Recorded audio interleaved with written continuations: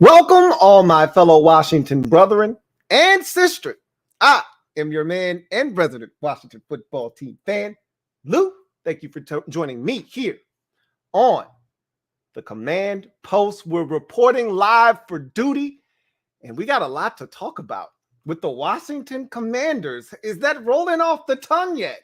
Have you gotten accustomed to saying that when referring to this team? It will take a while. I can't lie. For me, I'm still adjusting to the name. It's not as hard of an adjustment, maybe because we had football team first, and I always knew that this was coming. You know, we were going to have another name, so maybe because we've done this before once, that it makes it a little bit easier. You know, the more you do something, the easier it becomes. So, but it's still a work in progress. So, the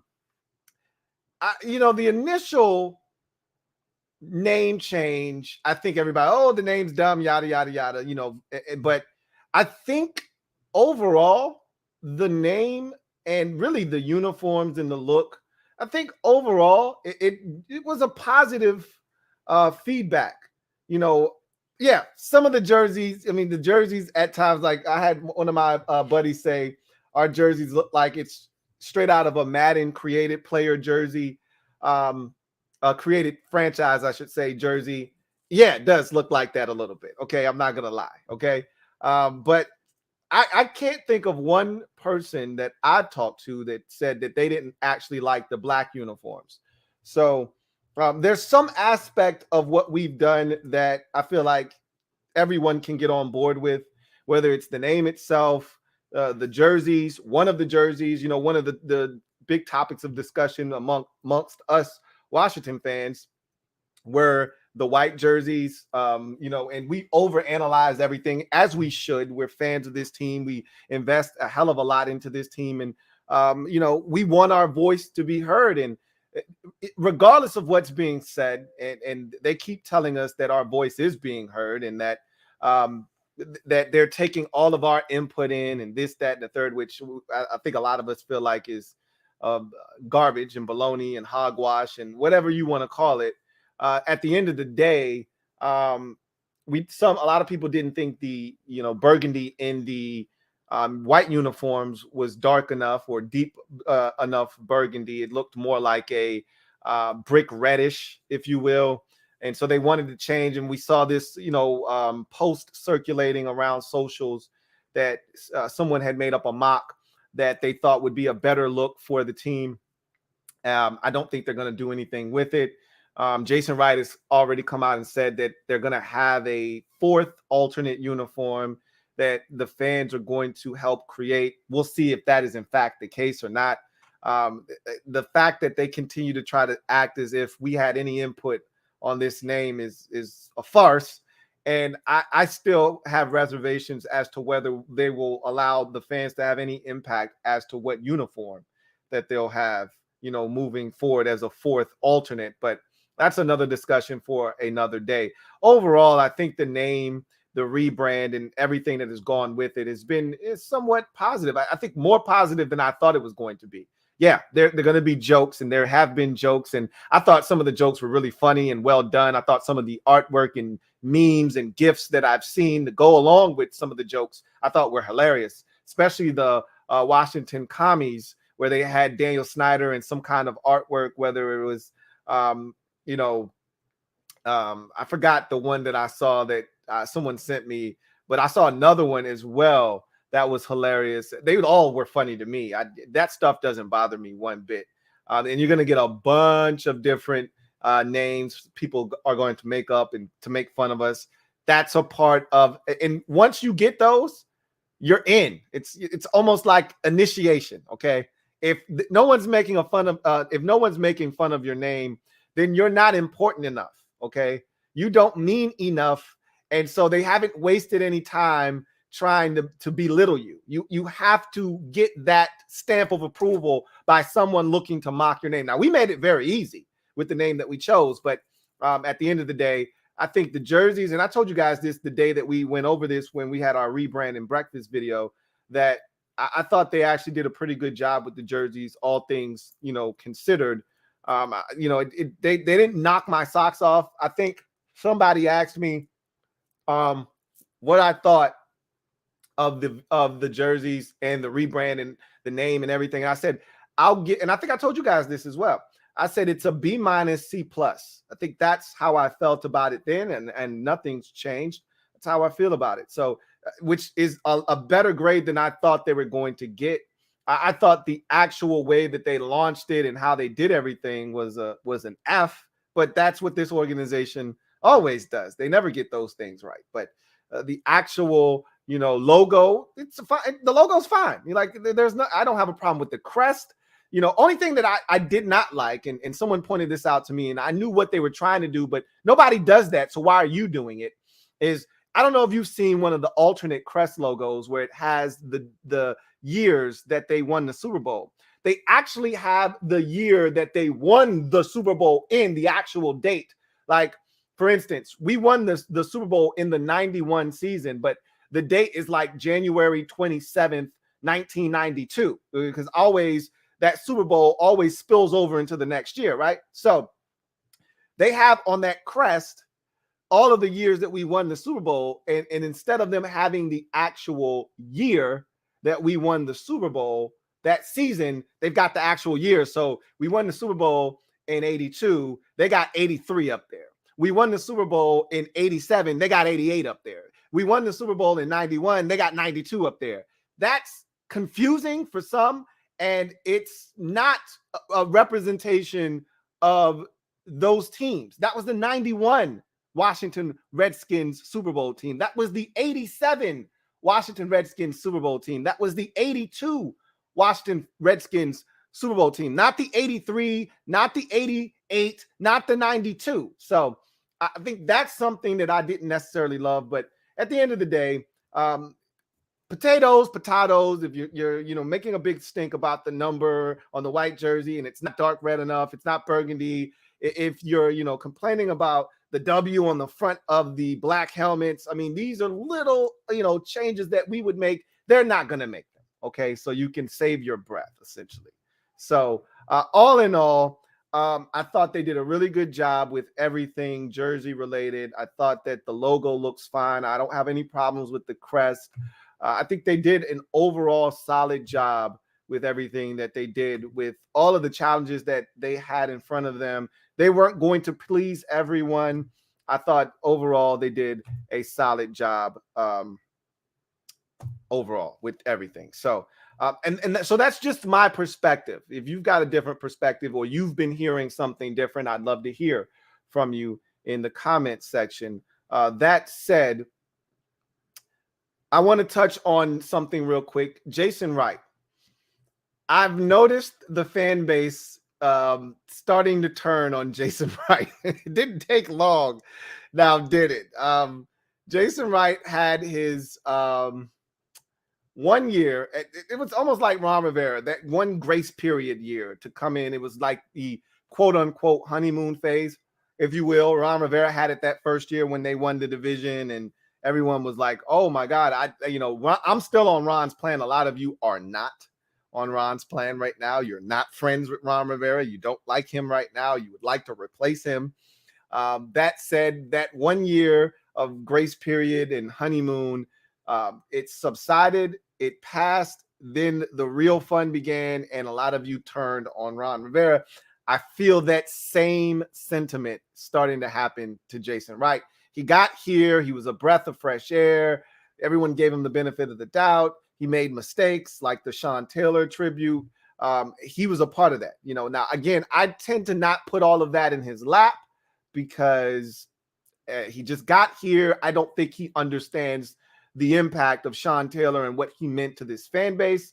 But someone else in the organization that's been here, and there are enough people that have been here long enough. And if no one else would have known that, at least Dan himself should have been able to step in and say, no, we can't do it this sloppily. However, no one stepped up, and I get it. Most of the people that were in that building that would know are gone, long gone. And Ron's cleaned out just about anybody that would be able to stand up and say, hey, we got to do this the right way. Whatever the case may be, they botched that 6 ways to Sunday, and he was a huge part of that. And I think a lot of people had a bad taste left in their mouth from that whole situation. And I think that was the beginning of the end of the honeymoon phase and period for Jason Wright. And everything that he's done thereafter, I feel like people are nitpicking, and he's been sloppy with the handles, of course.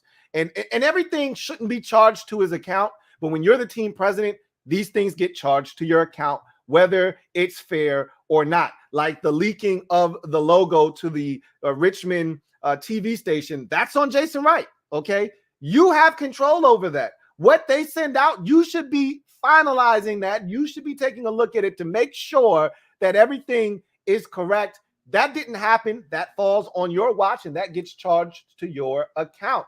And I think a lot of what he's saying right now is disingenuous, and I think people feel that way, and they're starting to turn on Jason Wright. At the end of the day, this is how I feel about Jason Wright.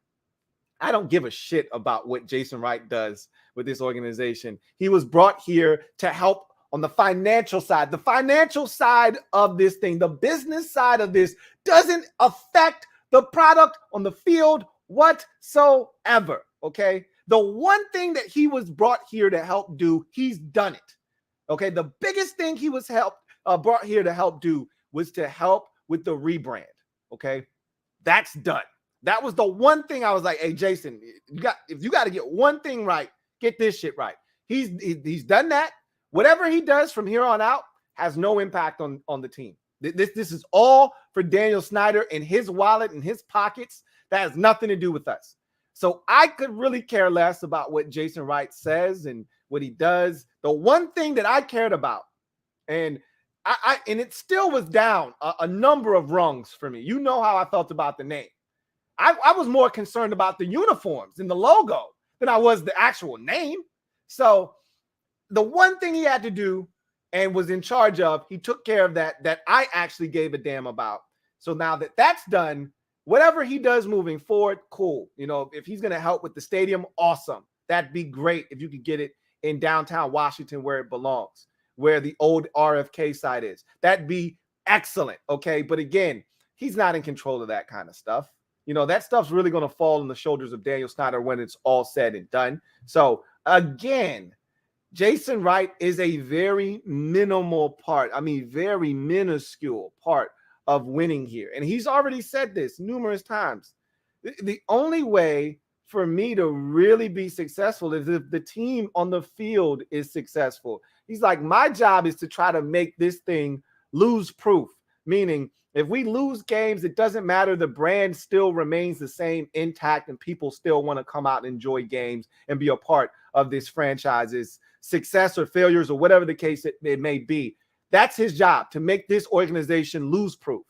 He can't do that unless we start winning big, and then it may become lose proof, because that's the only reason fans like me and some of you out there that have been with this organization for 40 and 30 and 50 years plus, that's the only reason you're still here, is because the winning that you experienced in the 80s and the early 90s, it reeled you in, it captivated you, and it's the reason you're still here, because you're holding out hope that one day we can get back to that. For the rest of us that didn't experience the 80s, I only got a small taste of the 90s, and I feel really bad for the ones that got none of it, and all they know is losing. They're here just because they hope that one day they too can experience what it's like to win a Super Bowl and have a ticker tape parade and get all of the things that come with being a champion. They hope to experience that one day.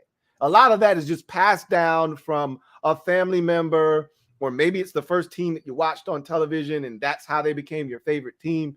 These things happen over time, whatever the case may be. Jason Wright isn't going to change that.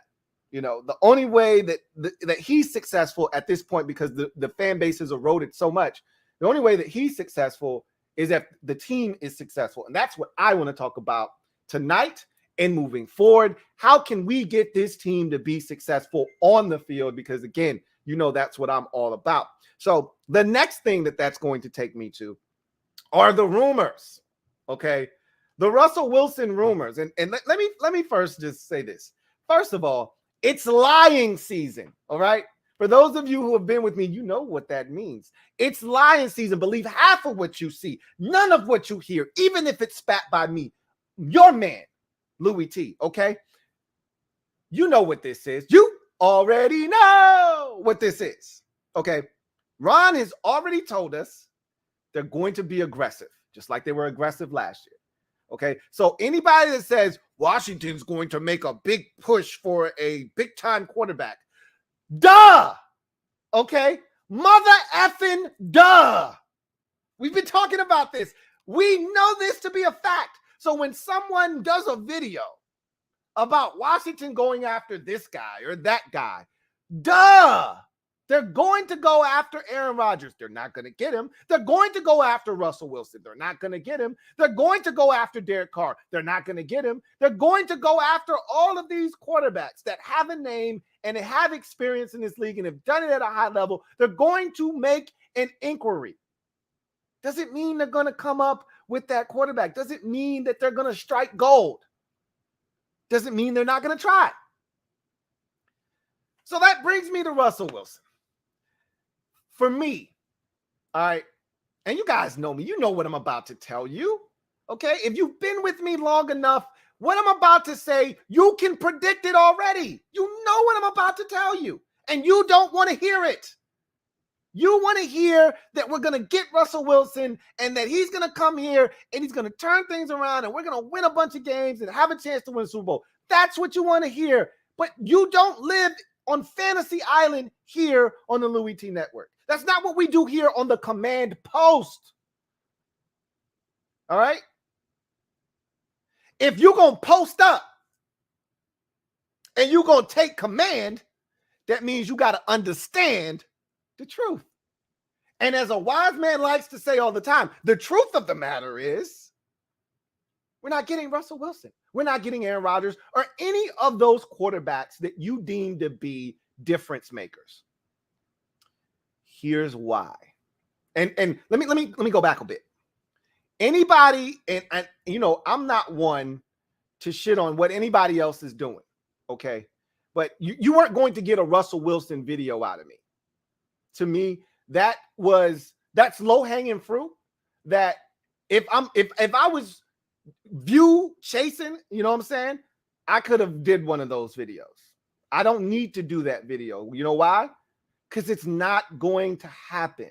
And you guys know it too. Deep down inside, you know it's not going to happen, right?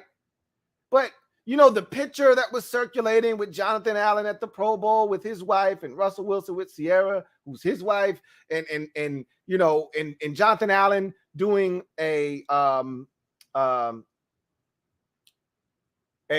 Ask Me Anything AMA on socials the other day, and someone asked, hey, are we getting Russ? He says, I hope so. Yeah, we all hope so. He's not any different than any one of us. He's not in control of any of this, okay? This is trifold. This is multi-layered. It's trifold, okay? Just like the 8th grade science poster board that you had to use for your scientific project that you had to present to the class. It's a trifold, okay? This is how it works. The first part of that board that you fold out is the Seattle Seahawks wanting to move on from Russell Wilson, which they don't, okay? The first part of that trifold board that you fold out is the Green Bay Packers wanting to move on from Aaron Rodgers, which they don't, okay? The Packers have already come out as an organization, okay? Something that they did last year when they refused to trade Aaron Rodgers. They're in even more agreement this year about we want Aaron Rodgers back. Everybody, they've already said everybody at every rung of this organization, from team president to GM to, you know, senior vice president of football operations, everyone's on the same accord. We want Aaron Rodgers back. So if Aaron Rodgers wants to play football, guess who he's going to be playing for next year? You guessed it, the Green Bay Packers. So then you go to Derek Carr in Vegas. The only way Derek Carr was, first of all, they just made the playoffs. Derek Carr thinks this thing is going in the right direction. So if Derek Carr thinks it's going in the right direction, but they get rid of the guy that he liked in Rich Bisaccia, he's saying, look, I'm not guaranteeing that I'm going to be here because I want to see what you do next. I want to continue to build off of what we just did. We went to the postseason. We overcame a lot of drama and adversity, and we showed our mental toughness. We're a young team that's growing. I like the direction we're going in. I'd like to be here when it finally culminates in winning something big, but I want to see what you're doing because we started over multiple times, and I don't want to start over if the guy coming in here doesn't have the same vision for this organization as I do. Well, they hired Josh McDaniels, and he's going to come in there, and he's like, I got me a veteran that I can win with. I got a roster that I really like. I think we can win football games quickly here because we got Derek Carr. He's not going anywhere, and they're not going to trade him. So he's off the list. So now we get to the guy that everybody wants to talk about, Russell Wilson. Dangerous Russell Wilson.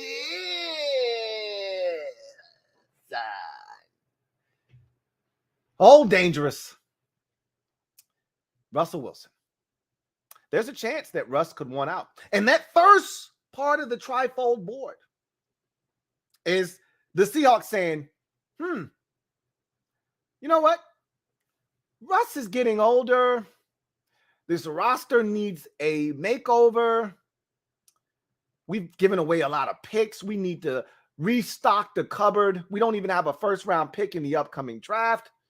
We need to restock the cupboard. The easiest way to do it is to hit the reset button by trading Russ and picking up a ton of draft capital, and it'll allow us to expedite that process. The Seahawks have to come to that realization in order for them to rationalize and make sense in their minds why trading Russ is a good idea. They're not going to do that. You know why? Because every year is a new adventure in this league. And the only thing that is a constant in this league is if you have an elite quarterback, you have a chance. If you don't, then you won't have a chance. And guess what Russell Wilson still is at the age of 33?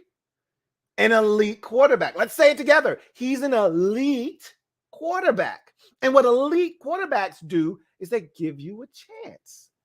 This thing was wide open in the NFC, okay?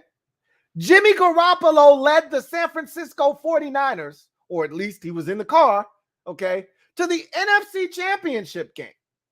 If he can do that, the Seahawks are watching and saying, hey, two teams from our division played in the championship game. We think we're better than both of them, at least one of them for sure. Why can't we do that? Well, if you still got Russell Wilson, you still got a chance to do that. If you don't have Russell Wilson, there's no chance in hell that you'll be doing that. Okay? And might I add that of all the years, if you're looking to move on from a quarterback, of all the years, this is not the year to do it. Okay? Let me point that out once again. So, that first part of the Trifold board is Seattle Seahawks wanting to trade Russell Wilson. Don't see that happening. You get to the second part of that Trifold board, and that's Russell Wilson wanting to come to Washington. Well, Kevin Sheehan seems to have dropped a bomb on all of us by saying Russell Wilson wouldn't mind coming to Washington, that he would redo and revamp his list of teams. Remember, when Russell Wilson was thought to be on the trade market and his team thought that the Seahawks were tripping and that there may be a chance he could get out, he said, hey, we're not looking for a trade, but if so happens to be the case that you want to trade us, here's a list of the places we'd like to go. It's almost like a union worker, meeting with the president of a company and saying, hey, look, we don't want a whole bunch of things, but if you really want to get this deal done, here's a list of our demands, okay? It's like a hostage situation. Hey, look, we don't want a fueled jet for our getaway, but if you want the girl back, here's a list of our demands, okay? If you want to trade Russell Wilson, here's a list of the teams we'd like to go to. And that list was a very robust list, about 5 teams, none of them named the Washington football team, all of them with quarterback questions at the time. Most of them no longer have quarterback questions. I think it was Dallas. I think it was New Orleans, who still does have a big question mark at the quarterback position. Dallas at the time had not signed Dak Prescott to a contract, which is why Russell Wilson listed the Dallas Cowboys. They have since inked a long-term deal with Dak, and they don't have a need for the quarterback position. Another team was the Vegas Raiders. They still have Derek Carr the last time I checked, and I don't think that's going to change. I think another team on that list, can't remember, but we weren't one of them, as we all know, and we've talked about this before. So he's willing to revamp the list because most of the teams that were on that list have quarterbacks. The Bears were on that list. They have since drafted Justin Fields, so they're not in the market for a Russell Wilson at this current time. So again, when you look at the way things have transpired, sure, we may now be a team that he's interested in pursuing if the opportunity should present itself. So, hey, that part of the trifold board, that second fold, that's actually in our favor. And then the third part of the board, the one that doesn't actually fold, but when you open up the first side and then the second side, you can see the last part of the board, which is the biggest part of the board, the actual compensation that will be necessary to land Russell Wilson. Just think about this for a second.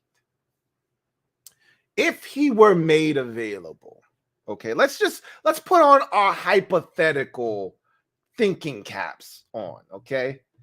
Let's play the game. A lot of you like to play this game, you know, where you have a make-believe fantasy land, like you're playing Madden and you're making up things. So let's play hypothetical land, okay, for a second. Let's put our hypothetical thinking caps on. If he were to be made available, obviously Washington would not be the only suitor in the market for Russell Wilson. So then the question begs, well, who would have enough capital? Who would be willing to, give up what it would take? And what would be the asking price for Russell Wilson at this point of his career, still playing at a relatively high level? Yeah, last year was a down year. He dealt with injuries. For the first time in his career, he missed games. He wasn't all that great before the injury, but he actually came back after he got his feet wet again and the finger started to heal a little bit. He actually came back, and towards the end of the season, he was playing phenomenal football again, okay? It doesn't matter. He's still Russell Wilson. He's still effing awesome, okay? So what would it take to get him? And at this point, I think we're past the point of we're not giving up this and we're not giving up that guy and I won't give up this. I think we're past that point now.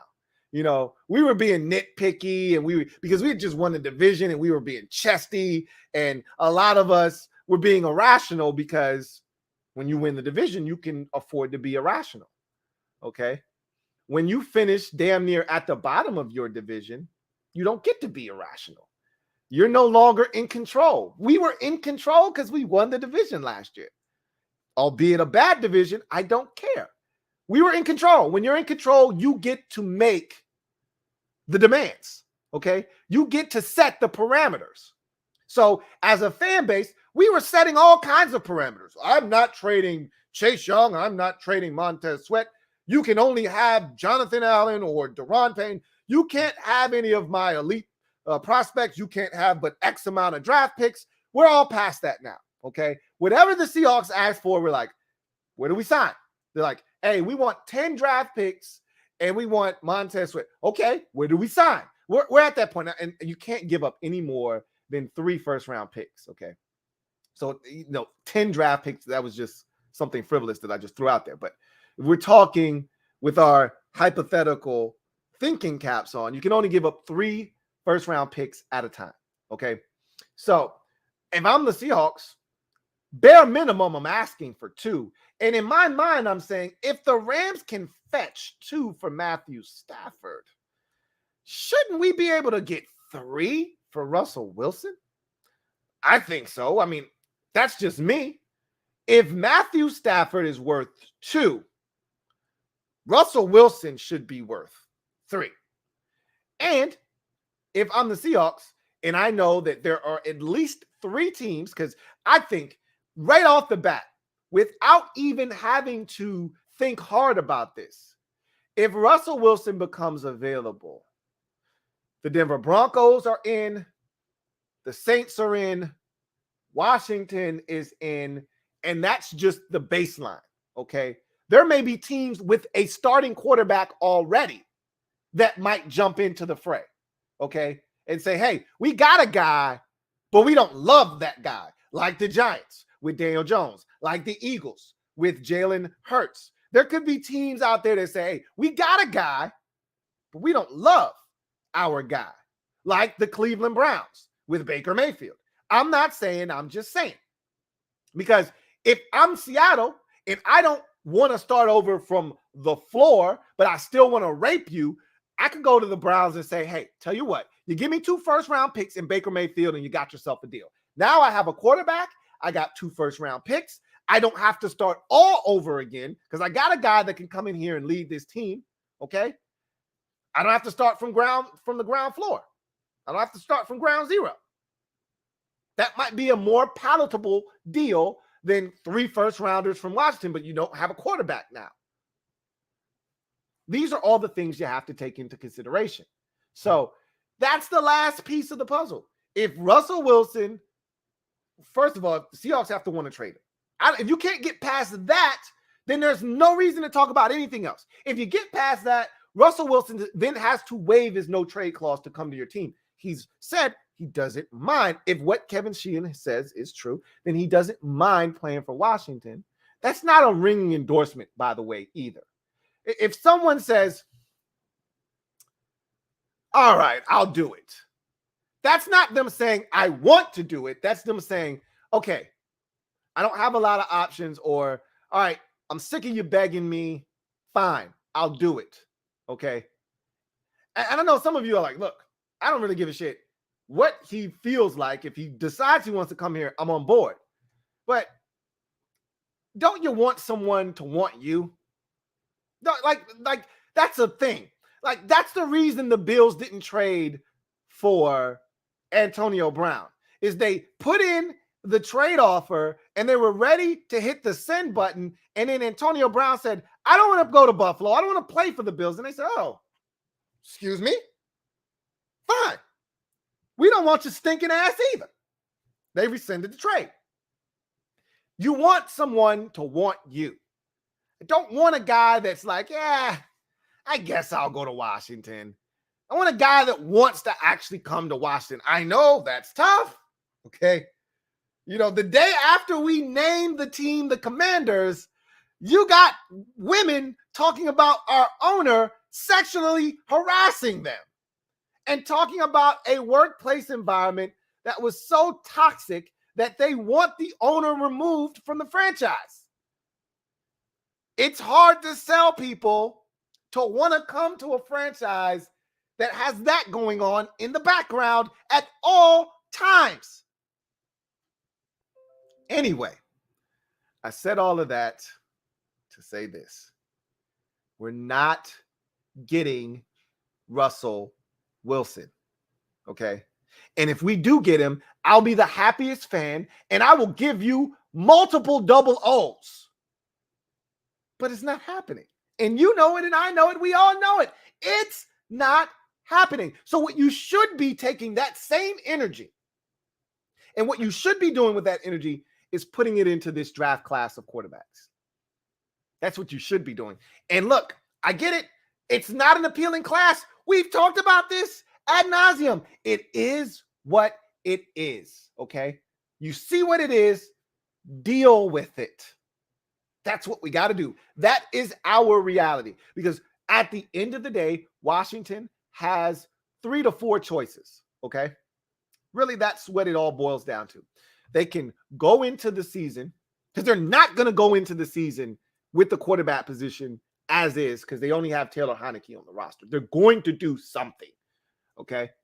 So they can hit the trade market. And if I hear Washington linked to Jimmy Garoppolo one more time, I'm going to Earl. Like, I am going to Earl all over the command post. We just got it. It's brand new. It's clean. It's shiny. And I'm going to vomit all over it. I hope Ron isn't as desperate as it seems like he is, because it feels like Ron and company pretty damn desperate at this point, okay? And if you're desperate times call for desperate measures. And if they're as desperate as they sound, they may do something asinine like trade for Jimmy Garoppolo. Let somebody else do that. Let the Saints do that. Let the Broncos do that. Let somebody else that's desperate for a quarterback do that. We can't be that team. Oh, and add Carolina to the list of teams that would be willing to trade for Russell Wilson if he came available. Okay. Add them to the list as well. We would not be alone in our pursuit of Russell Wilson. So understand that we would have to outbid multiple teams in order to get Russell Wilson. But I would take that energy and focus it on the draft. So you have the trade market. Obviously, the only player that I think is going to be available that is worth a damn in the trade market is Jimmy Garoppolo. And he's not worth a damn. But, you know, in league circles, he's worth a damn. He's not worth a damn. Okay. I think Kirk Cousins is staying in Minnesota. I think Derek Carr is staying in Vegas. I think Aaron Rodgers is staying in Green Bay. I think Russell Wilson's staying in Seattle. I think Baker Mayfield's staying in Cleveland. All of these places pretty much have new coaches. And when you have a brand new coach, the last thing they want to do is be looking for a brand new quarterback that first year. That's part of the reason Ron just left the quarterback position alone when he got here that first year. Didn't ruffle any feathers. He said, look, we could get rid of Dwayne. We could trade Dwayne. He had trade offers for Dwayne that first offseason he got here. He could have gotten rid of the kid before he absolutely made his trade value null and void and they had to release him. They could have gotten rid of Dwayne that offseason, but he didn't want to do that. Because when you get to a new job, the last thing you want to be worried about, there's so many different things going on. When you get to a place and it's brand new, you got to hire a staff, you're preparing for the draft and free agency, and you're assessing your roster, guys you want to re-sign, and you're looking at the landscape of everything, and you're trying to just get comfortable. The last thing you want to worry about, if you've already got a guy, is the quarterback position, okay? So if I'm Kevin O'Connell and I get to Minnesota, the last thing I'm looking to do is remove Kirk Cousins. That's the last thing I'm looking to do. If I'm Josh McDaniels, the last thing I'm looking to do in Vegas is move on from Derek Carr. Okay? Kevin Stefanski is looking at Baker Mayfield and he's saying, all right, who is the real Baker Mayfield? Would you please stand up? See, Kevin Stefanski still doesn't know, because he says, hey, the Baker that I got here and was here already helped me win the division in year one and NFL head coach of the year in my first year. The guy that I saw last year was all kinds of injured and didn't look like the same guy, but I'm not sure who's the real Baker Mayfield. So I need to see it again, which is the beauty of a first round pick quarterback, because you get the 5th year option so they can see if Baker Mayfield is truly that guy for them or not. They've got time.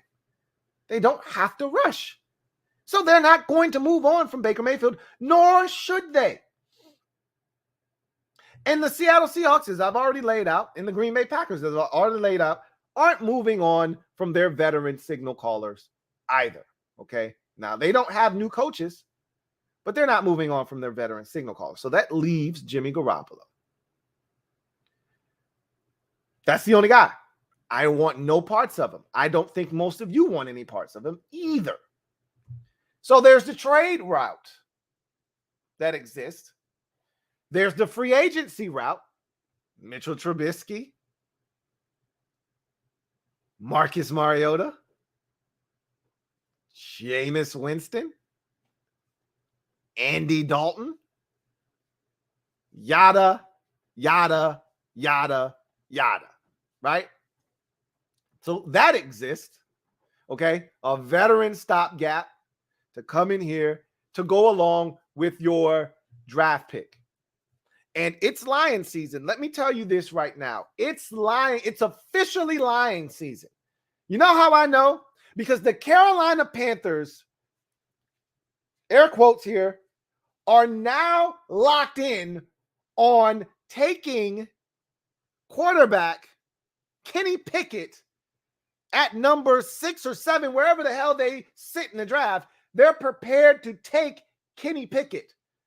How does that benefit Carolina? If that information is true, how does that benefit them? It doesn't benefit them. You know who it does benefit, though? The team right in front of them. I don't know who it is. I don't know the exact draft order yet.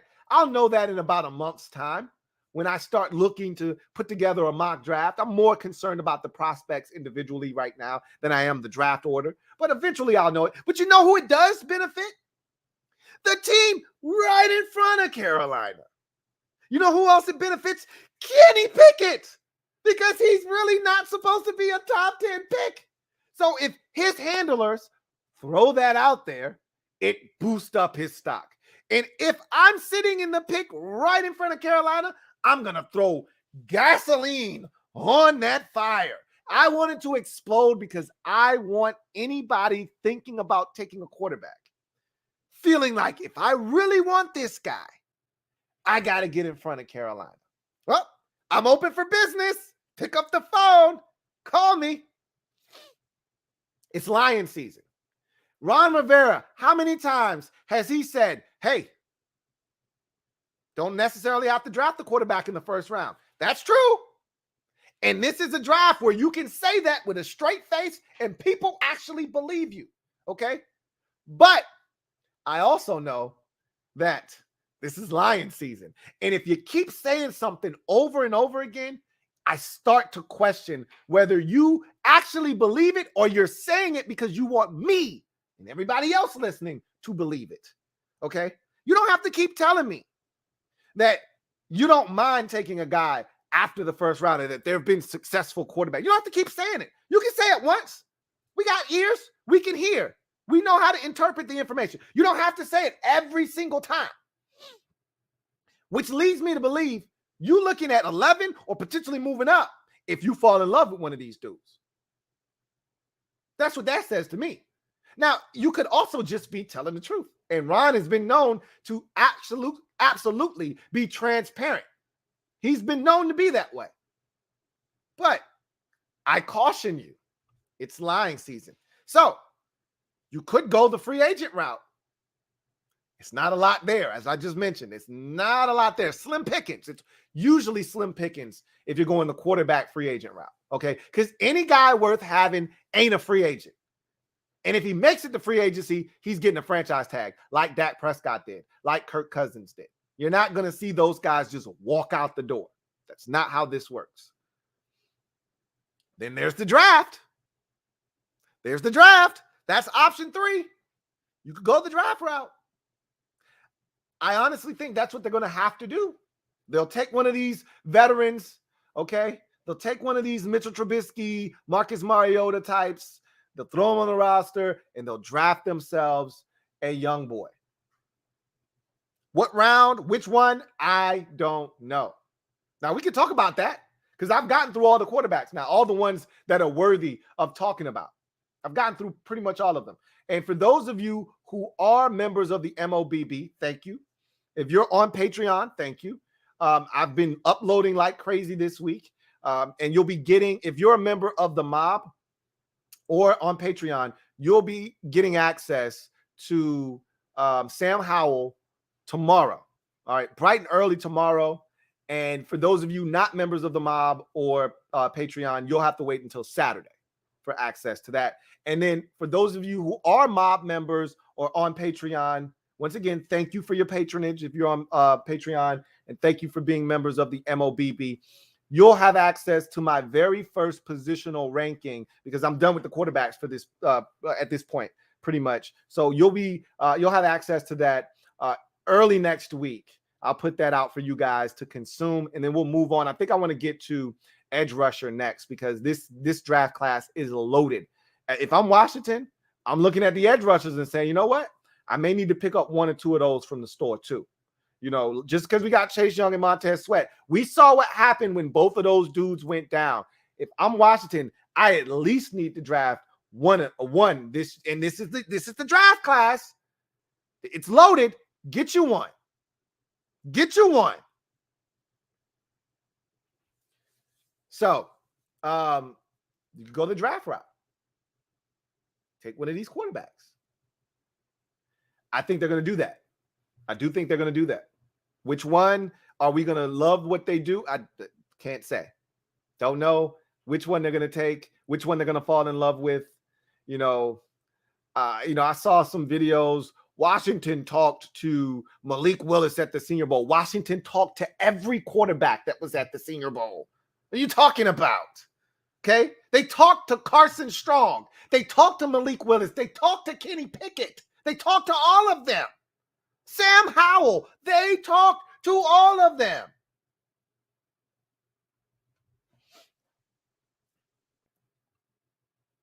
Or, and this is option 4, and this is their final option.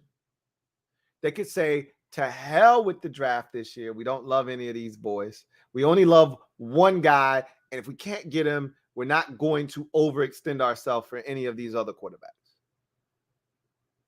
which is what they did last year in the draft. They loved a few of these prospects at the quarterback position. They just didn't end up in their wheelhouse. I think they liked Justin Fields, but they loved Trey Lance. They loved Trevor Lawrence, and they loved Zach Wilson, but they couldn't get those first 3. And they liked Justin Fields. And had he fallen down the board a little bit more, I think they would have traded up for him. But they didn't love him. In order to love him, you had to come all the way up from 19 to 10. They didn't love him. They just liked him a lot. So I think they're going to be in that same position this year. Like, I don't think you can make yourself love any of these quarterbacks. You can like them a lot. I don't love any of these quarterbacks. But there are a couple that I've taken a strong liking to. Okay? But if you can convince yourself, go right ahead. Go right ahead. The 4th option is they could just pass on the entire quarterback class. Take a veteran or 2. Add them to the mix with Taylor Heineke, right? And say, we'll wait for CJ Stroud, Bryce Young, and company next year. They can do that too. And if they did that, would any of you really blame them for doing that? Seriously. Like, I know it'd be a whole nother year of dealing with this shit, and it would be frustrating, and you'd have to sit through another year of 7-10, 8-9, or 9-8 at best. And it'd be frustrating because Dallas would probably sweep us again, and we might split with Philly, and maybe we sweep the Giants again. They stink, but maybe they with a brand new coach, maybe they sweep us. Who knows? But it's going to be frustrating. And you're going to want to quit the team again. And you're going to be like, this shit is ridiculous. And if you're JP, my guy John Perez, who's been tooting the horn about needing a quarterback for 2 years now, you're going to be pissed off because you want something done. But would you really be mad if they said, guys, let me keep it a buck with y'all? That's what we do here, right? Let me keep it a buck with y'all. Y'all sit down. Uncle Ron's going to tell you a story. It wasn't shit in this draft for us, the quarterback position. Okay? This draft class, and we don't know that, right? But Ron says this draft class was a steaming pile of dung. And we didn't want any parts of it. We tried to love a guy, we couldn't find one. So we passed. Next year is the year. Would you really be mad? I wouldn't. I wouldn't be mad. I wouldn't be glad because I know we would go through another year of anguish. But you know that one more year of anguish what might be worth it if we could land ourselves a Joe Burrow, Justin Herbert, Patrick Mahomes, Josh Allen type of quarterback. It'd be all worth it now, wouldn't it? So that's something else to consider. At this point, I'm focusing most of my energy, not all of it, because there's still an outside chance that they trade for someone. But I'm focusing the vast majority of my energy on the draft at the quarterback position because, truth be told, that's more likely than not the route they're going to have to take. Couple a young guy with a veteran. And again, Ron has already said, if we draft a young boy, especially in the first round, we're looking for that dude to come in and play right away. Well, what if the guy that they fall in love with is Malik Willis and they deem that he's not ready to go right away? You know what would be a really good option? Marcus Mariota has a similar play style. You put Mariota in there, and you're able to then bring Malik Willis along at a slower pace, and then Mariota's going to get hurt, okay? He's just like Tyrod Taylor. It's not a matter of if, it's a matter of when.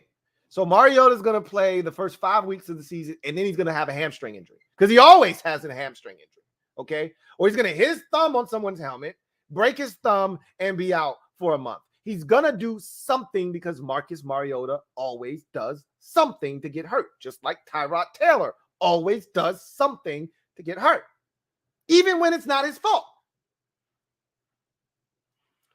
And at that point, Malik Willis could come in, or you could say, hey, Malik's still not ready. Taylor Heineke, you're up. Either way, they could do something like that. But Ron also said if we draft a guy, we expect him to be able to play. I only see a handful of guys in this draft class that if you draft, they are ready to help right away. Not all of these guys are ready to help right away. But I could convince myself that about 4, maybe 5 of these dudes are ready to help right away. So that's another interesting dynamic there, because if you truly believe that the guy you're drafting is ready to help, then you don't need Marcus Mariota or Mitchell Trubisky or Andy Dalton. You already got a Taylor Heineke on the roster. You don't need another one of those guys. You don't need 3 quarterbacks on your roster. Most NFL teams only carry 2 quarterbacks on their roster. The only way you have 3 quarterbacks on your roster is if you've got a guy as a rookie that you don't want to see the field in any capacity. And that's rare. Even the 49ers, who had no intentions of playing Trey Lance last year, still had him as QB2. And when Jimmy Garoppolo couldn't go, they stuck Trey Lance in there and he won them a ball game. It was against Houston, right? It wasn't, the greatest opposition, but that was the perfect team for him to play, get his confidence up, right? So if I'm Washington, I'm not looking to waste a roster spot on another quarterback that I don't need. So if I really think that this guy has a chance to play, I don't need Mitchell Trubisky. If I'm not sure, then you can go that route, or you can just say, all right, Heineke, you're back in there until this guy's ready to go. That's another possibility as well. But as we know, if you want another quarterback, they don't cost a lot. Mitchell Trubisky signed with the Bills for $2.5 million last year, right? Like, you can find one of those guys and not have to spend a whole hell of a lot of money. So we'll see what, Washington decides to do. They've got 4 options. I'm banking on option 3, that they'll draft a quarterback. And I'm thinking they may dip their toe in option 2, which is the free agency route. We'll know about 2 before we know about 3, because free agency comes before the draft. I just tend to believe that they're going to take a bite at both apples, because they don't know what they're going to get in the draft. So in order to make sure that they're not left in this game of musical chairs, quarterback musical chairs without a seat, they're going to make sure that they grab a veteran signal caller just to make sure that, hey, if all else fails in the draft and we come away with nothing, we got fill in the blank. We got Mitchell Trubisky. We got Marcus Mariota. We got Andy Dalton. We're fine. Worst case scenario, we got to do. I know you don't want to hear that, but that's the sad reality that we live in this space that we're in. That's where we exist right now. So, anyway, I digress. Let's get to the comment section and see what you guys have to say.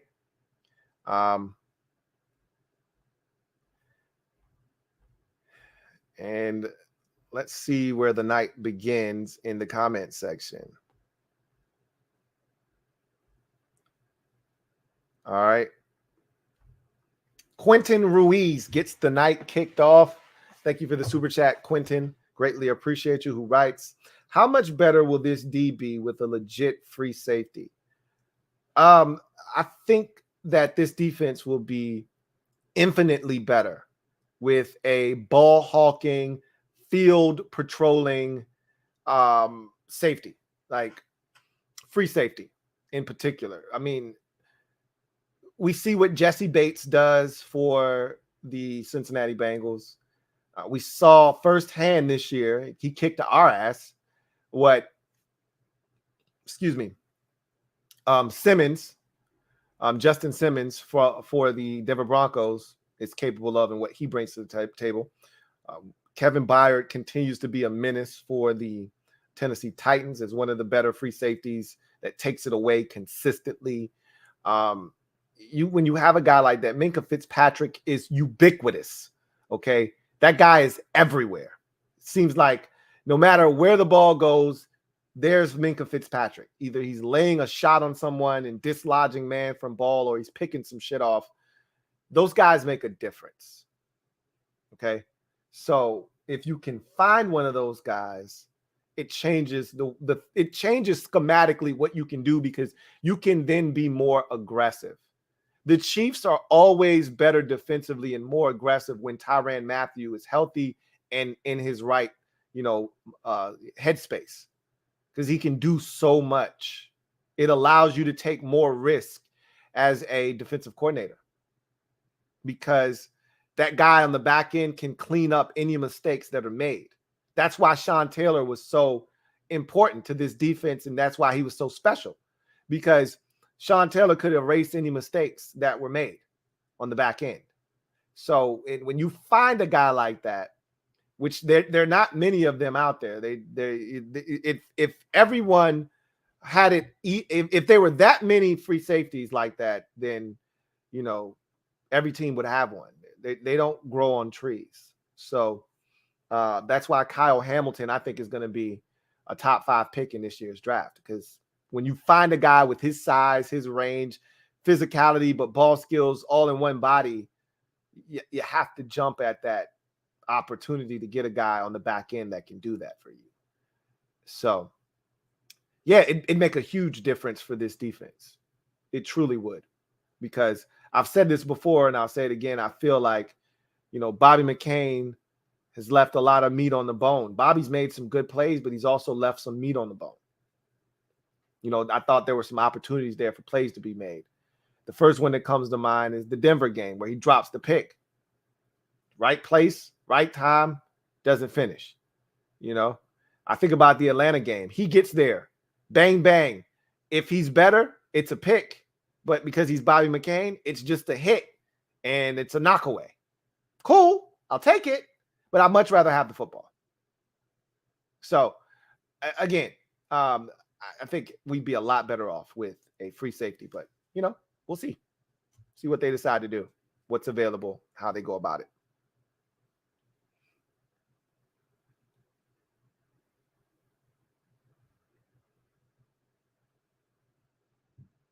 CGM87, thank you for the super chat. Greatly appreciate you.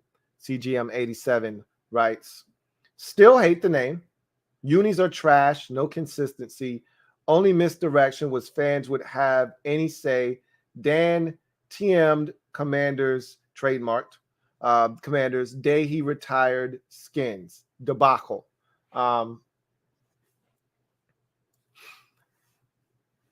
There are some people that feel that way, the same exact way CGM87 feels. Can't stand the name. Don't love the uniforms. And I told you guys, I mean, how many times did we go over this? That you guys aren't really going to be a part of this process.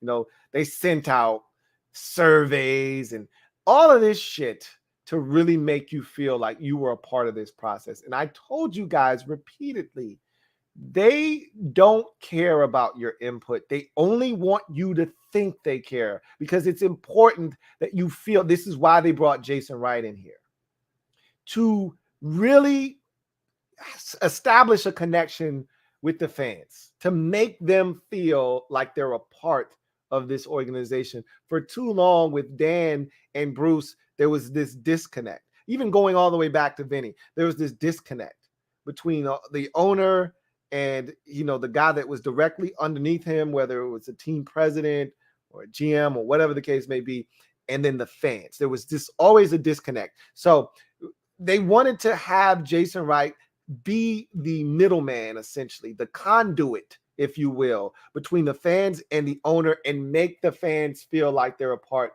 of the organization. Since the fans can't stand the owner and want him gone, let's put a buffer in between, right? And someone that can be the face that you all can embrace and come back home. Or maybe win you over if you're on the fence. Or, you know, maybe get you on board if you weren't on board originally. Well, that was all a part of the ploy when they started doing all the things that they were doing. And it was smart on their part. I don't blame them for doing what they did, making the fans feel like a part of this. But the fact of the matter was truly that they were going to do this on their own. Okay.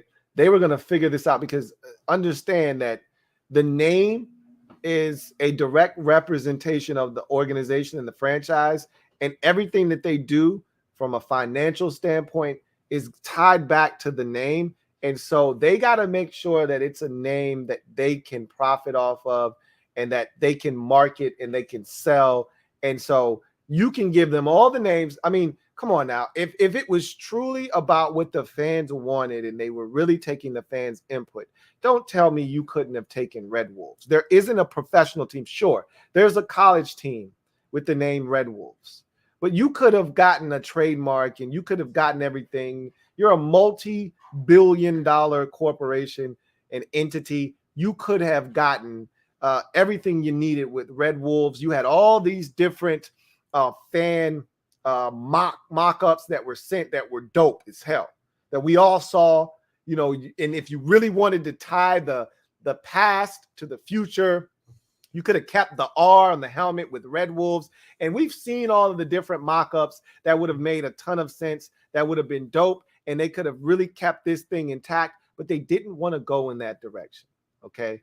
And there were reasons, and I'm not saying the reasons that they picked and chose weren't valid, and some of the roadblocks that they ran into weren't really valid roadblocks. Okay, but if you really truly wanted to overcome them, they could have. I think at the end of the day, I said all of that to say this: what they did with the fans was cute. I told you guys it was cute, but I told you really didn't have a say so in the name of this team. I mean, think about it like this: you have a multi-billion-dollar corporation that you're running. All of a sudden, Black Lives Matter hits, and you no longer can be Aunt Jemima. Sorry, that's racist. Got to change it. Are you going to go to the workers? Okay. Are you going to go to the people that work for your company? Are you going to go to the people that buy your product? Hey, you eat a lot of Aunt Jemima. We've looked at our statistics. You buy a lot of Aunt Jemima products. What should we name the company? No, that's not what they're going to do. They're going to sit down with their board members. They're going to sit down and they're going to come up with a name that makes the most sense, that's also going to make them the most money. Okay? That's what they did. They're not going to ask for the input of shareholders, or they're not going to ask for people that work for them. They're damn sure not going to ask the people that consume the product, even though you think that would make a lot of sense. That's not what they're going to do. That's not what they did.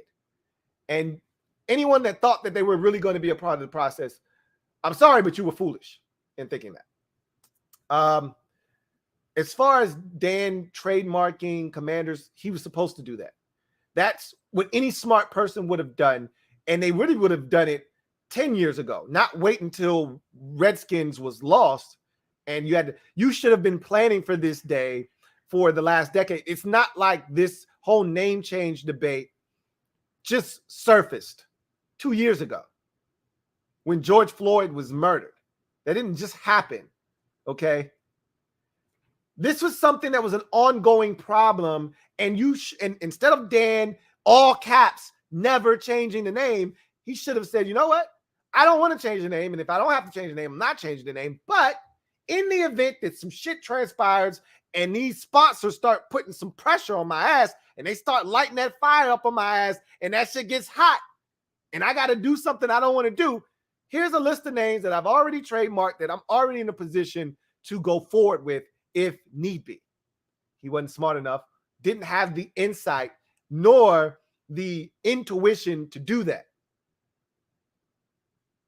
So after they lost the name, he grabbed the almost like, Bill Clinton with Monica Lewinsky, grabbed the first female he saw, come in here, get in my office.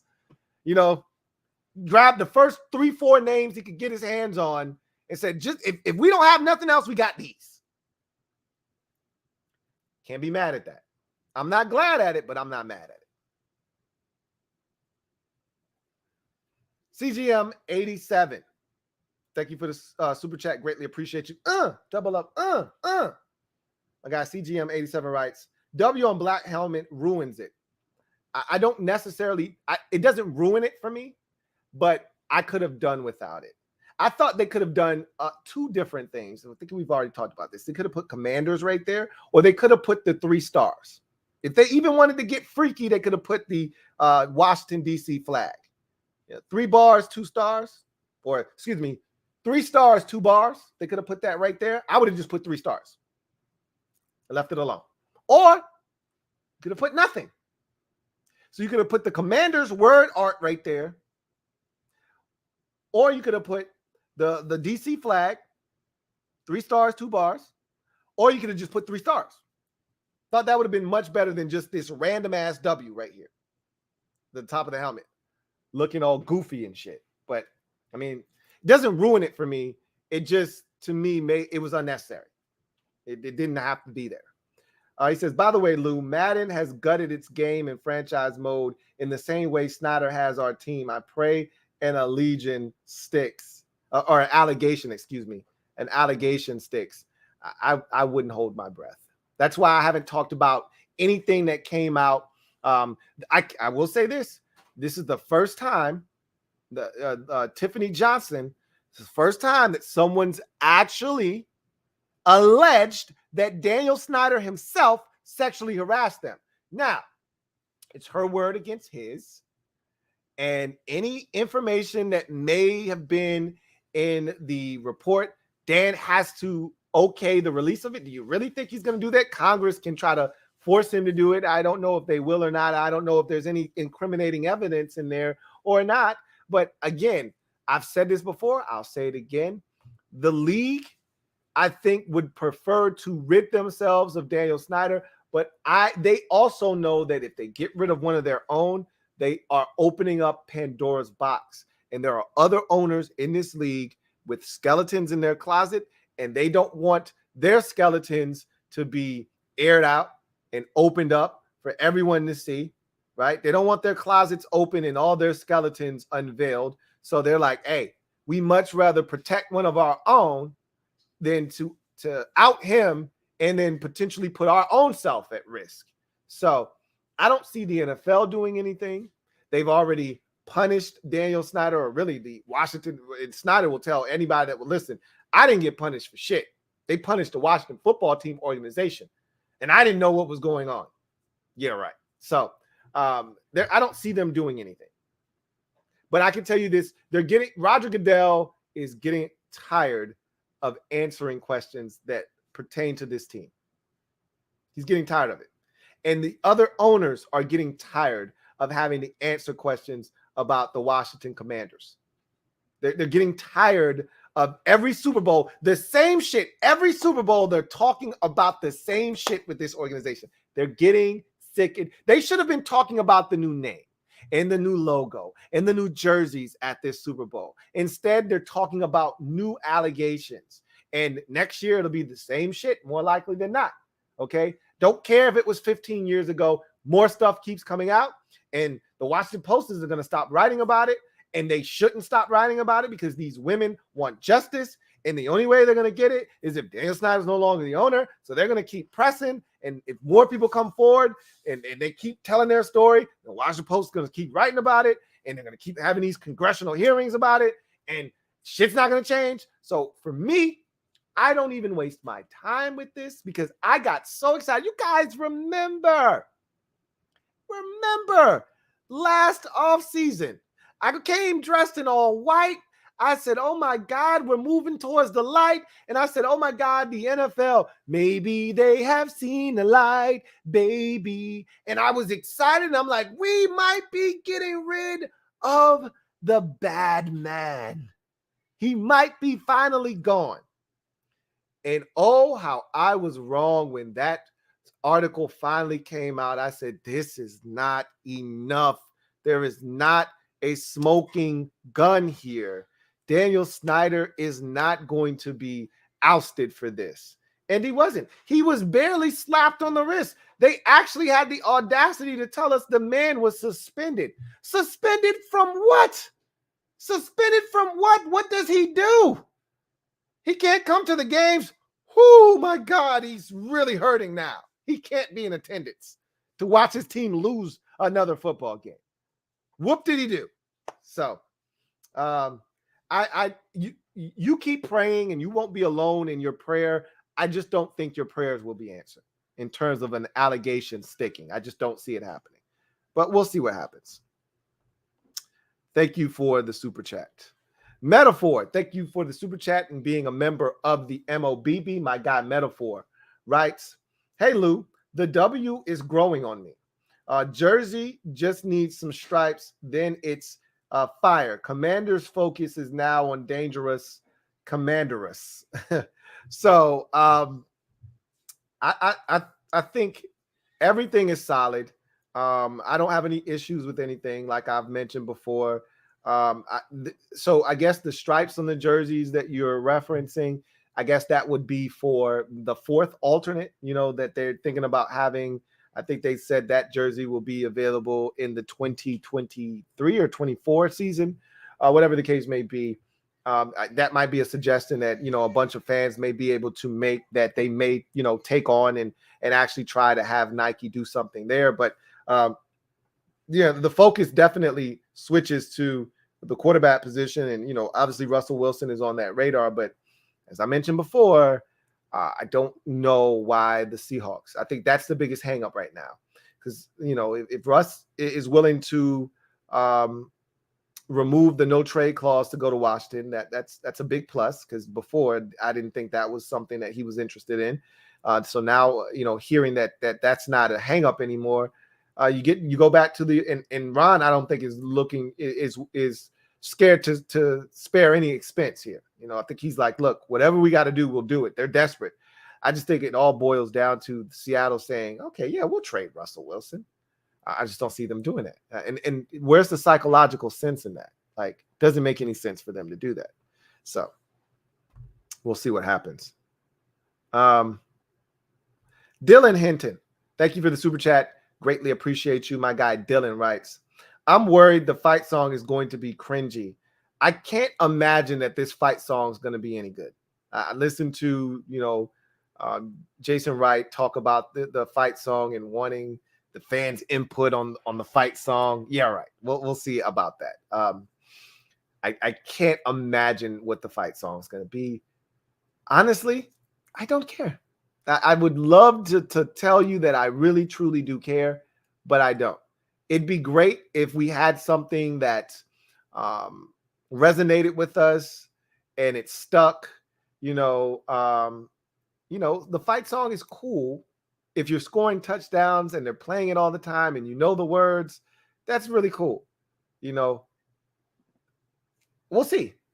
at the end of the day, they got a lot of work to do with that.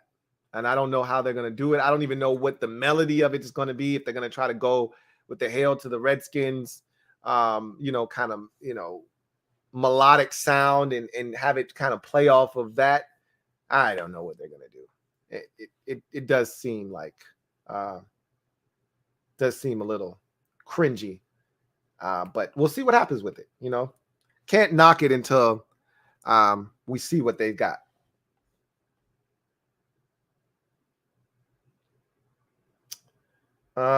Just Andre, thank you for the super chat. Greatly appreciate you. Thank you for being a member of the MOBB, who writes, what do you think they should do at 11 if not quarterback? Obviously, you got to go with what the board says. And that's always the issue with, trying to determine and decipher what a team is going to do. I'll be able to give you more. I told you, when I get through these prospects and have a better understanding of what's available, because there's going to be a good football player available at 11. Trust me. All the good players won't be gone by the time the 11th pick. The only thing we can hope, and we talk about this all the time, I think it's a lot more of a realistic possibility this year than it was last year. We were talking about Spillage all the way back at 19. Okay. The reason we could have a Spillage discussion last year was because we knew 5 quarterbacks were going to go in the top 15 of the draft, and they did. Okay. So when you get 5 quarterbacks, a tight end, which tight ends usually never go top, 5. We had a top 5 tight end. We've had top 10 tight ends. TJ Hawkinson, I think, was the top 10. Eric Ebron was the top 10. Vernon Davis was the top 10. Like you get, top 10 tight ends every now and again. You rarely get top 5 tight ends. We had a top 5 tight end. All right. We had multiple receivers go. And the offensive linemen they're going to get theirs. All right. Offensive linemen are like a prolific scorer in the NBA. You ain't stopping them. He's going to get his. You just can't let everybody else kill you. The offensive tackles are going to get theirs. Okay. You just can't let it be guards and centers that get you, but the tackles going to get theirs. Okay. So we had a chance at some Spillage last year. It didn't come to fruition. Okay. Well, maybe it did, and we didn't take advantage of it. All beauty's in the eye of the beholder. At 11, there's a real chance for Spillage. A real possible, but we're going to need some help. We're going to need some desperate teams to do some desperate shit. We're going to need 2 quarterbacks to go in the top 10 picks if we're not getting one. Okay. Now, if we want one, then we need to be one of those teams desperate to move up to get a guy. Okay. If we're that desperate team, so be it. But if we're not that desperate team, then we need 2 other thirsty ass teams to either move up or to select. Carolina and Denver are already in front of us, so they don't have to move up in front of us. They're already in front of us. But if they are as thirsty as they seem, maybe they move up a little bit more just to ensure that they get their guy. Whatever the case may be, we need at least 2 of these signal callers. And I can't see how more than 1 goes in the top 10. But we need 2 of these boys to go in the top 10. We need 2 of these tackles. And I'm pretty sure at least 1 will go. We need at least 2 tackles. We could use 1 or 2 receivers. Maybe 1 goes in this, draft class in the top 10. Maybe. And then you're going to get a safety and you're going to get edge rushers. Those are the guarantees. You're going to get Kyle Hamilton, and you're going to get at least 2 edge rushers in Thibodeau and Hutchinson. Those are given. So that's 3 right there. Those are the only 3 we can count on at this point. Maybe there's a linebacker or 2 taken. A lot of people are trying to push Nakobe Dean up. I'm like, I don't think he's going to go top 10. Sorry, not sorry. I don't even know if the Utah linebacker is going to go top 10, honestly speaking. Okay. So we'll see. There could be Spillage at 11. Another position, you're going to get 2 corners, at least 2 corners. Okay. You're going to at least get 2 corners that go in the top 10. More likely than not, the kid from LSU and probably Sauce Gardner from Cincinnati. So you can see 2 corners go in the top 10 as well. If you're Washington, I've always said this, best player available. You hope it meets a need, but at this point, best player available. When you're at 11, it shouldn't be, hey, we got a need. That's how you end up with Jamin Davis in the first round. And again, I say that, and I'm not saying Jamin Davis isn't going to turn out to be a stud. But when you take a guy in the top 15, we were at 19. That's why I'm not killing Jamin Davis, and I'm not killing the pick. We're at 19. I've already said that when you pick in the top 15 of a draft, you better come away with a year 1 bona fide starter, or you failed epically. Okay? Which is why I didn't want Daron Payne, because he wasn't a big enough impact player. If you taking a top 15, I don't want to go down this road because we've done this before, and I don't want to go down this rabbit hole, but if you're going to take a top 15 defensive tackle, he better look, he better smell, he better play like Aaron Donald or Chris Jones or one of these havoc-wreaking, or hell, even Vita Vea, who was available that year in the draft. He better play, and Vita Vea was gone by the time our pick came. So he wasn't available. I know a lot of Washington fans wanted Vita Vea that year. He better play like one of those dudes and have a dominant trait, okay? And while Daron Payne is really good against the run, he ain't Vita Vea against the run. He ain't Vita Vea collapsing the pocket. He ain't Chris Jones bagging quarterbacks at a 15.5 sack rate. And he damn sure ain't Aaron Donald. If you drafting a dude in the top 15, he better come in here and kick some ass right away. And when you start reaching for needs, that's when you get into risky territory. Best player available, BPA at 11. I don't give a shit if it's an edge rusher, a corner, another offensive tackle. I don't give a shit what it is. BPA. If it ain't a quarterback, BPA.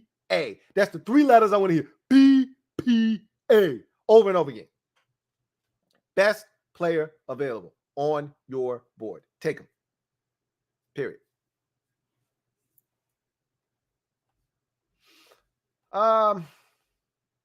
See what we got. Rob Yu, thank you for the super chat. Greatly appreciate you. Thank you for being a member of the MOBB. My guy, Rob Yu writes, what up, Lou? What up, Rob Yu? Writes, could an aggressive free agency consist of pursuing O.J. Howard, Justin Reed, and a low-level free agent wide receiver? I would love that offseason, particularly the O.J. Howard signing, because I'm see, this is a problem. I think they like what they have at the tight end position. Ron scares me when he keeps talking about how they love this roster. And I'm like, Ron, you should like this roster. You should not love this roster. It is a solid roster. It is by no means a good roster. It is a solid. It is not one of the worst rosters in the league. It is also not one of the best rosters in the league. It needs work. And one of the positions that I think they are very, very comfortable with is tight end. I, however, am not comfortable with our tight end position. I like John Bates. I do not love John Bates as a tight end 1 or 2. I love him as a tight end 3. Well, that leaves a huge void at tight end 2, because if you believe in Logan Thomas, if you believe he'll be healthy by the start of next season, which he's 30 years old, I don't know about that, but we'll see. If you believe he'll be healthy, then you got a TE1. I think we could upgrade TE2, however. I'd like to do it. Evan Ingram's going to be available. O.J. Howard's going to be available. I'd like to do it with one of those guys. I'd prefer O.J. Howard. He more so fits our offense. He blocks in the run game. He's a big target that you can get the football to. I think the Buccaneers failed to tap into his pass catching ability because I think he lost confidence with the Buccaneers. A change of scenery will do him good. And I think there is some untapped potential in his ability to catch the football. And he's not just a guy that every now and again you throw a bone to. I think O.J. Howard could be a damn good TE1, low-level TE1, high-end TE2 in this league, I'd love to be the one to figure that out. We're never smart enough with these things. Like I said last year, why not go after, and it's not like John Ross had a huge season for the Giants, but just because he didn't play well for the Giants doesn't mean he wouldn't have played well for us had we gotten him. I said, hey, you want some names of some guys that are going to be available that are not going to cost you a lot? You can bring to Washington, kick the tires on them and see what they've got, and it won't cost you. It will cost you next to nothing. I said, John Ross, it cost the Giants $2.5 million.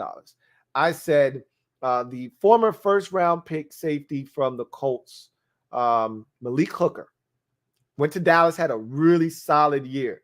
Not going to cost you much. And I don't know how much they paid him. It wasn't a lot. It wasn't a lot.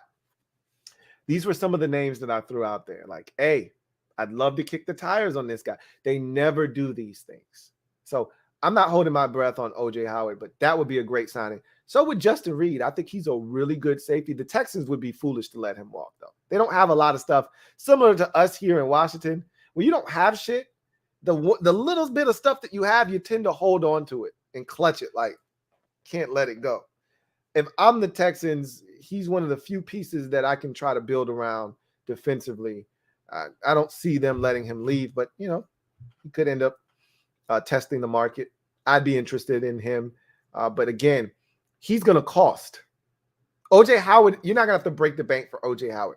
You have to pay some good money for Justin Reed. And keep in mind, we've still got money invested in the safety position. Now, they could cut, Landon Collins and save themselves some bread, but I think they really like what Landon gave them in that new role, and I think they want to continue to see him in that role. So I don't think they're moving on from Landon Collins, and I don't see them paying Justin Reed, because they still got to pay Cam Curl here in 2 years, so really they got to pay Cam Curl after next season, if they really want to get ahead of the curve, because that'll be his third year in the league, and he's not a first-round pick, obviously, so there is no fifth-year option. So just like Terry, they got to get a deal done with him this offseason, and they don't have to get a deal done with Cole Holcomb, but if they're smart, if they are forward thinkers, they'll get a deal done with Cole Holcomb this offseason along with Terry, so that they don't have to worry about these guys next year. So Cam Curl is coming up, here shortly.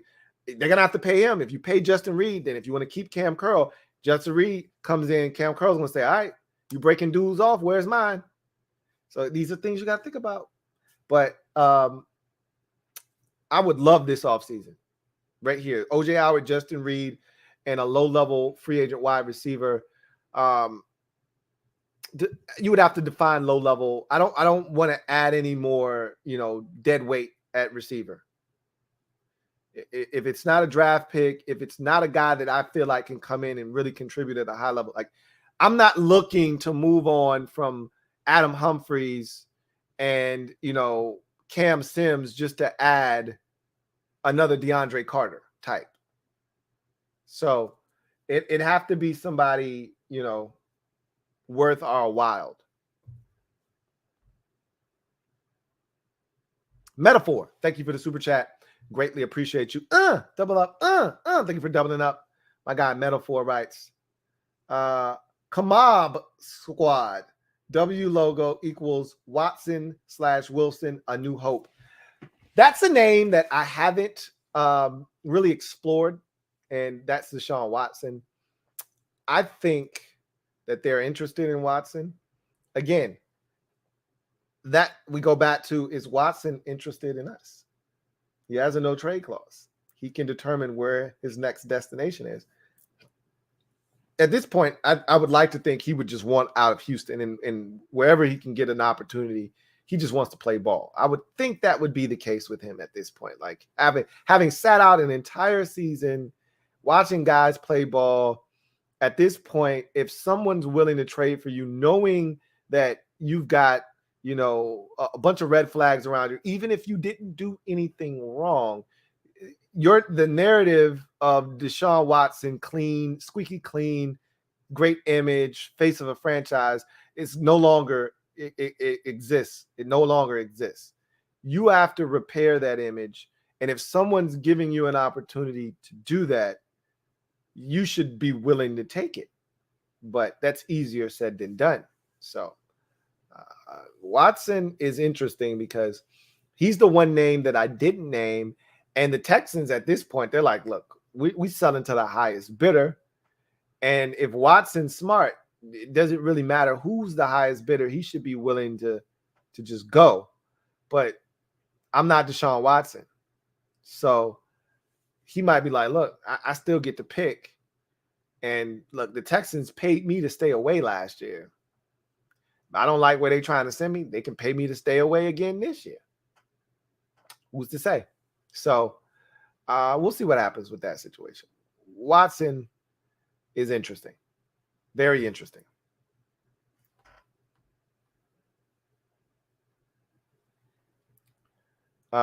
Jeremiah Butler. Thank you for the super chat.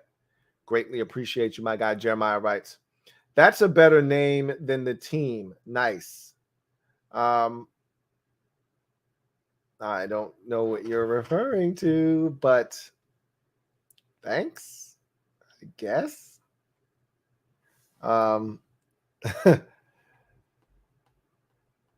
you for the super chat. Let's see. Rob you. Thank you for the super chat. Greatly appreciate you. Double up. Thank you for doubling up, Rob you. Who writes, if the team is willing to mortgage the future draft assets for a veteran quarterback, why not pursue the youngest in Deshaun Watson? Great point. And they're going to pursue Deshaun Watson. I firmly believe that. I think they've gotten off of their high horse of, hey, Deshaun Watson doesn't fit our culture.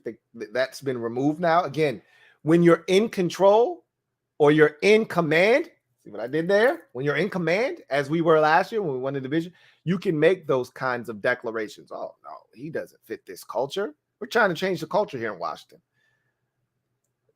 If you watching this team, you like, man, please. You still over here fighting allegations, and it's the same old Washington team. You just changed the nickname. That's it. You same shit. Still got the same owner. You're still dealing with the same shit.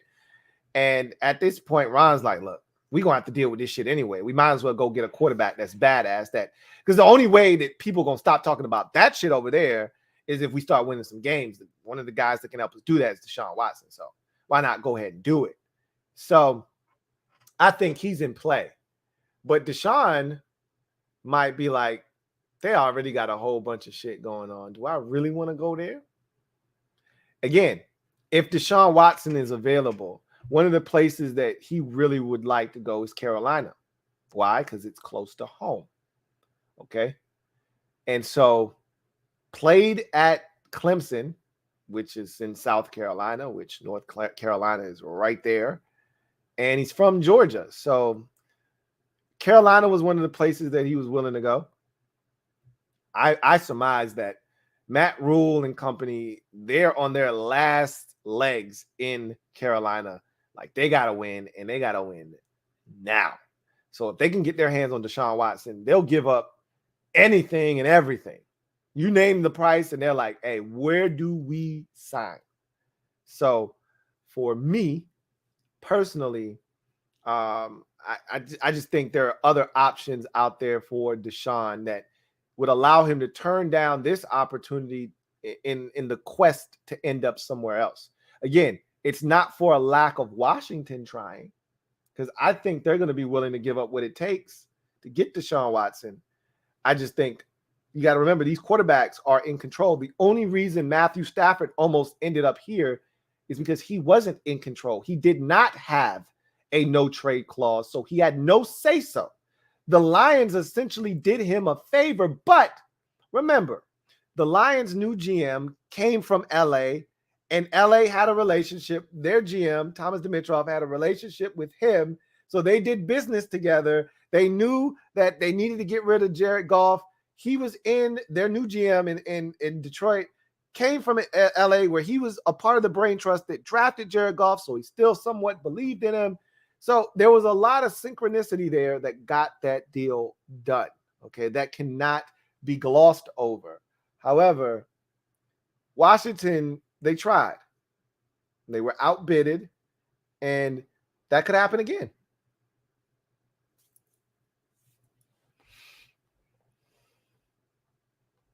All right. Metaphor. Thank you for the super chat. Greatly appreciate you. Writes, novel idea. We include Snyder in a possible trade. Trust me, if we could do that as a fan base, he would have been traded a long time ago. We would actually give up draft picks. You know, in the NBA, you know what they do is if they've got a bad contract, they will actually essentially pay a team to take this guy off their hands. Like, okay, look, and they do it in baseball as well. You got a bad contract, you got to give up some shit. You got to give up a couple of power arms in your farm system. Look, if you want to offload this contract, if I'm going to take this clown off your hands, okay, you're going to dump the remaining $92 million of this contract on my books. You got to give me 2 of your power arms in your farm system. I don't care that they're ranked 7 and 9 in the major league farm system rankings. I want them. You want to get rid of this contract? Hand them over. Oh, and I want your first baseman too. They do it in the NBA. Hey, you want me to take this bad expiring contract off your hands? I'll do it for a fee. I need 2 first-round picks. And I need that shooter over there that you hoarding on over there in the corner. Give me him too. In the NFL, it doesn't quite work that way. I'm not trying to take your dead weight because here's the thing. I know that if you can't find someone to take that guy off your hands, you're just going to cut him. So I'm going to sit back and wait. So we wish we could just throw Daniel Snyder in a deal and say, hey, look, for taking him off our hands, we'll slide you 2 first-round picks, and we'll throw in Montez Sweat. No charge. Just take him, please. But we can't do that. We can't do it. It'd be great, though. It'd be great.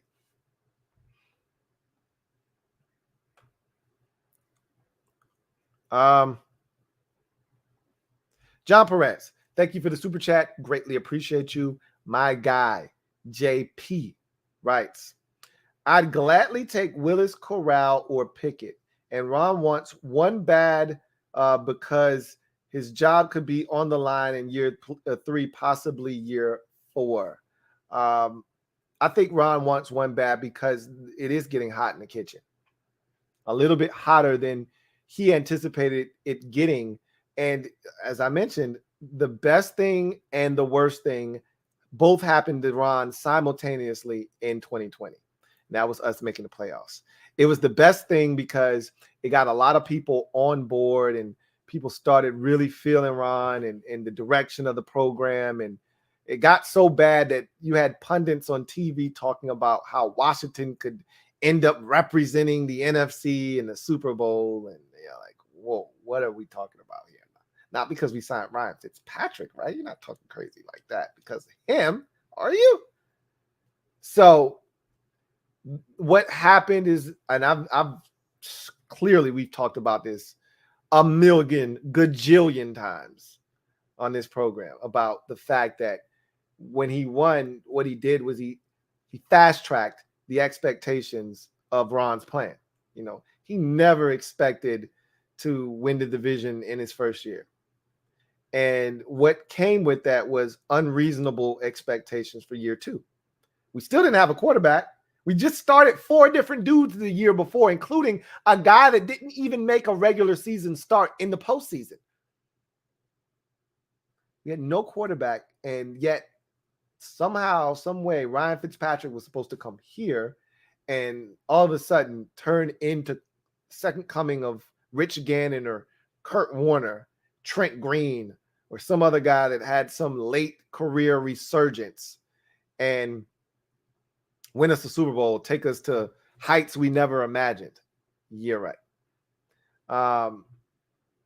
And what that did was it got people really excited. And when people have high expectations and they get really excited, it also leads to big disappointment when things don't go well.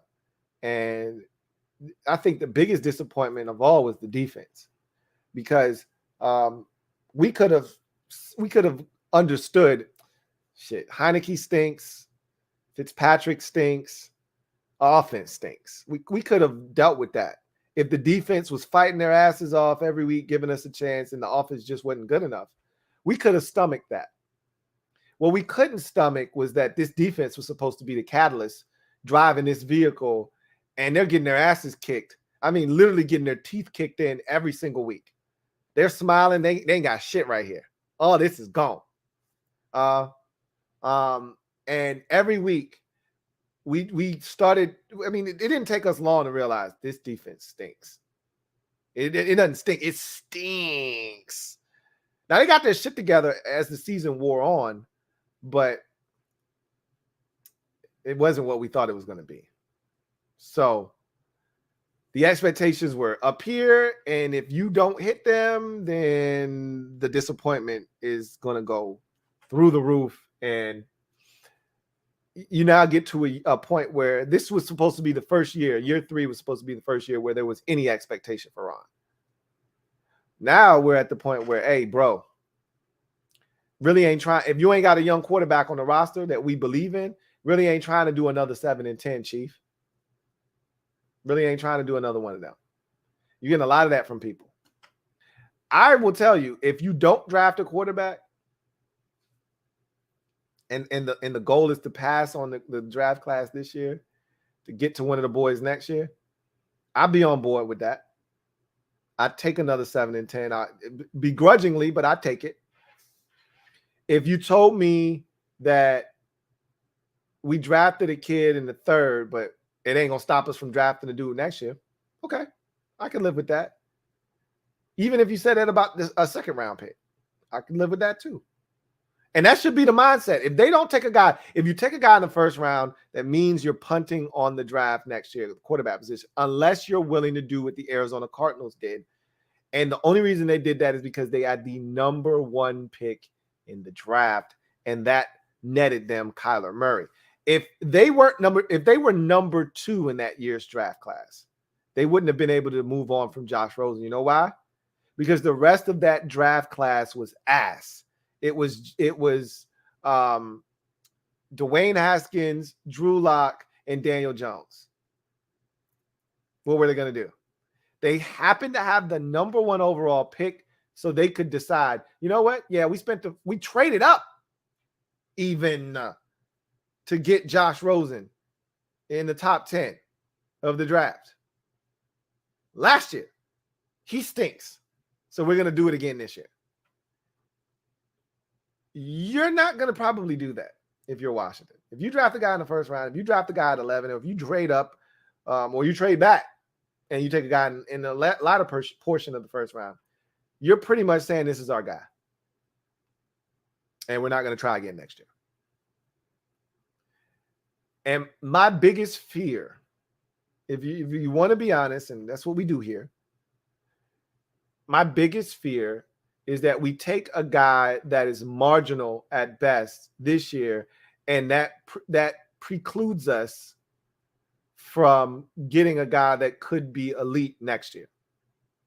And again, this is an inexact science. You know, one of these guys, maybe even 2 of them, may ultimately turn out to be studs. We talked all this shit about this draft class and how it's not this, it's not that. And 2 of these dudes could turn out to be awesome. But the reality of the situation is, generally, when we say this about a draft class of quarterbacks, we're usually not wrong. Okay. When we're wrong is when we get all excited about a draft class like last year's, for instance, and there are 5 of them. And we're like, oh my God, there's so many talented guys here. And only one of them of the 5 turns out to be any good. That's what 2018 is starting to shape up into. We got all excited about that 2018 class. And right now, Mayfield is looking pretty sketchy. I still think he's got a future, but he's looking sketchy. Darnold stinks. Rosen stinks. Allen is elite, and he's legit already, and so is Lamar Jackson. So out of those 5 guys, only 2 have established themselves as legitimate NFL elite quarterbacks. That's when you are more prone to getting some shit wrong. When you think, hey, we got 5, 6 dudes in here that's about to tear it up. No, you don't. No, you don't. Probably got 1 or 2.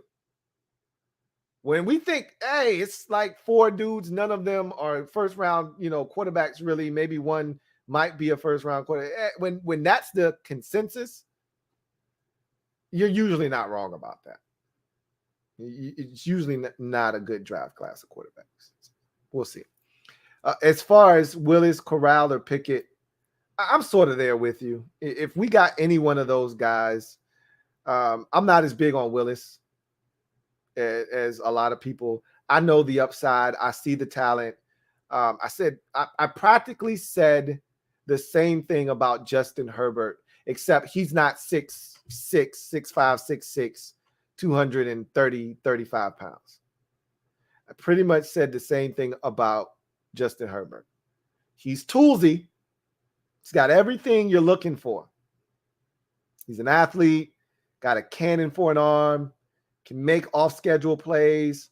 He's a playmaker. Pretty much said everything. And I said, but he doesn't have, I didn't think Justin Herbert had the temperament to be a leader. I don't know if that's the case with Malik Willis or not. But he's got everything you're looking for. He's just not a big dude. The size is the problem. But if you're willing to overlook that, there's a lot there to work with. I'm pretty much on board with you as far as those three quarterbacks are concerned.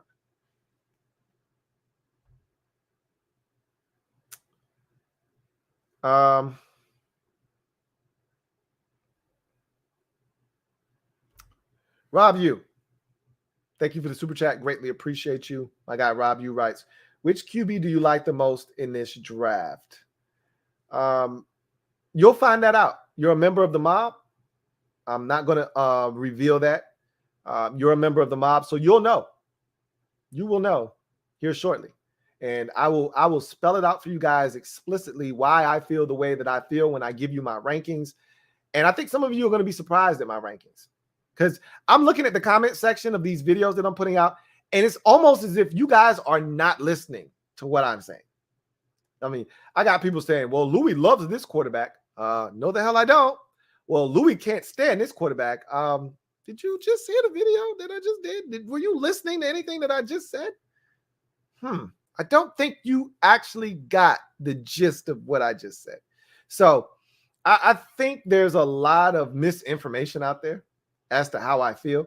You don't have to guess. You're a member of the mob, so you'll be informed as to how I feel about the quarterbacks in this draft class, where they rank, and how I would go about taking them, in what order and why. So stay tuned, Rob. You will know soon enough.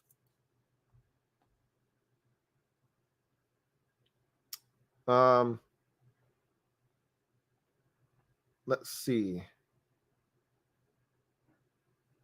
King of the North, thank you for the super chat. Greatly appreciate you. Thank you for being a member of the MOBB. My guy, King of the North, writes, okay, Lou, considering around 25% of the quarterbacks picked in the first round pan out as starters, and there are no great trade options, what percentage do you give us being able to find our franchise quarterback in the next 2 years? So this is the thing, because you phrase this smartly by saying the next 2 years, because it gives a little wiggle room as to what can happen. Now, you say 25%, and we know that's roughly what it is for a first-round quarterback. Like that's the thing that's so funny and fascinating. You know, people talk about these first-round QBs like you're definitely going to have success. No, you're not. You know, 1 out of every 4 of these guys taken in the first round actually pan out. So you just got to hope you get the right one. Now, that's what makes the 2020 draft class so awesome, is that same with 18, is when you have multiple guys that you think have a chance to be that dude, and it gives more opportunities for teams to throw darts at the board and see if it sticks. When you have less of those options, that's when teams get desperate. That's why if one of these quarterbacks, more likely than not, is going to be put on a pedestal. Kenny Pickett had a chance to ensure that that was him if he went out and killed it at Mobile. He did not. Now, what he did do at Mobile is he killed the interview process. And if you've ever listened to Kenny Pickett talk, this dude sounds legit. Like, he knows what to say, how to say it, and I think he's going to win a lot of teams over. If you were on the fence, you love the tape, not sure about his hand size or the performance at the Senior Bowl, and it kind of scared you a bit, but then you talk to him, he could win you over. So what I ultimately think is that when it's all said and done, they're going to choose. When I say they, I'm talking about the league, I'm talking about scouts and GMs and pundits. They're going to choose a guy because you got to have a guy. Without a guy, it's hard to sell it. It being the draft, it being the quarterback position in the draft. That's the most important position. You need a selling point. So you could sell parity. Hey, any one of these guys could be it, but that's like getting to the Final Four, and everybody always wants the underdog to win. But then you get to the Final Four, and it's Butler, and it's Iowa State, and it's Kentucky, and it's, Wisconsin. It's Milwaukee of Wisconsin. All right. And you're like, look, this Final Four stinks. And I know there's a bunch of Cinderella teams in here, and everybody's back bracket is busted, and that's cool. Who's watching Butler versus Milwaukee, Wisconsin for the right to go to the national championship game? Who's watching that? Any takers? Anybody watching this game? The answer is no. Not watching that game. What you want is for a few upsets to take place. You want a couple of buzzer beaters. But when it is all said and done, you want Duke, you want Kentucky, you want North Carolina, you want the major programs, Gonzaga, you want the big dogs in the Final Four, because that's what's going to draw, that's what's going to sell. When you get to the draft, you want a guy that you can put on a pedestal and say, hey, this guy is elite. This is the guy you want. If you need a quarterback, this is the guy that's going to answer all of your prayers right here. All your problems, here's your answer. You want this guy. They're going to try to put one of these dudes on that pedestal. I think that guy's Kenny Pickett. However, it's a tough sell. So you asked me what the percentage is that we find our guy via the draft. I'm going to go out on a limb because teams are desperate. And there's so many of us that need a quarterback. Washington, Denver, Carolina, Pittsburgh, New Orleans. These are all teams that are quarterback needy at this point. And I may have left out a few. There could be a surprise in here. Like the Giants. Yeah, Brian Daboll shows up. New GM shows up. We're committed to Daniel Jones. It's lying season. They could love Kenny Pickett right now. Right here. Right now. Right here. Right now. They could love Malik Willis right now. Wouldn't bat an eye if they drafted him with one of those two top 10 picks. Wouldn't bat an eye. Because I know deep down inside, they may like Daniel Jones. They can't love him. They can't love him. So I'm going to go out on a limb and say 4 quarterbacks go in the first round. That's a high number, man. It really is. Because I only think 6 guys are draftable in the first 2 days. Like, you're going to get guys that Bailey Zappi is the perfect quarterback for this team. No, the hell he's not. No, he's not. And that will bear itself out when he doesn't get drafted until the 5th round. Okay? Stop. I'm not doing a draft prospects 101 on Bailey Zappi. I'll watch. I'm going to watch more of his tape. I'll circle back to him. I've watched enough to know I don't need to do a draft prospects 101 on him because he's not getting drafted. in the first or the second or the third round. He'll be a day 3 pick. I guarantee it. Okay? Not saying he won't get drafted. I won't do that anymore because I've done that in the past. He's not even getting drafted and he gets drafted in the 6th round. I'm not going to do that anymore. But he won't get drafted in the first 2 days. There are 6 quarterbacks in this draft that have a chance to be drafted on the first 2 days. Kenny Pickett, Malik Willis, Matt Corral,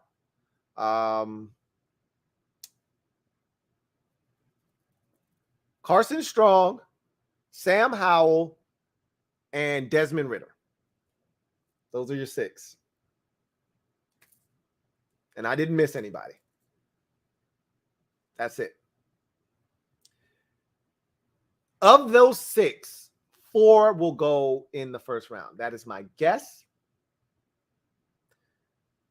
If Washington's one of the 4 teams that decides to pull the trigger on one of those quarterbacks, we have that 25% chance, right? We've got that 1 in 4 chance to get a hit. I'm a card collector, right? They tell you the odds of getting a big hit in the pack. Your odds are 1 of 8, essentially. 1 out of every 8 packs has an autograph in it. Could you be the one to get lucky? I don't know. We'll see. I think Washington, I think that's the easiest way to do it, is you say 25%, so you cut that in half. You got a 1 out of 8 chance, so 12.5% chance to find your starting quarterback in the next 2 drafts and hit a home run. It's not terrible. It's not great. It's a chance. 12.5%. That means you got 4 guys that are going to go in the first round this year. You got 4 guys that are going to go in the first round next year. Call it 12.5%. Good luck. We're going to need it.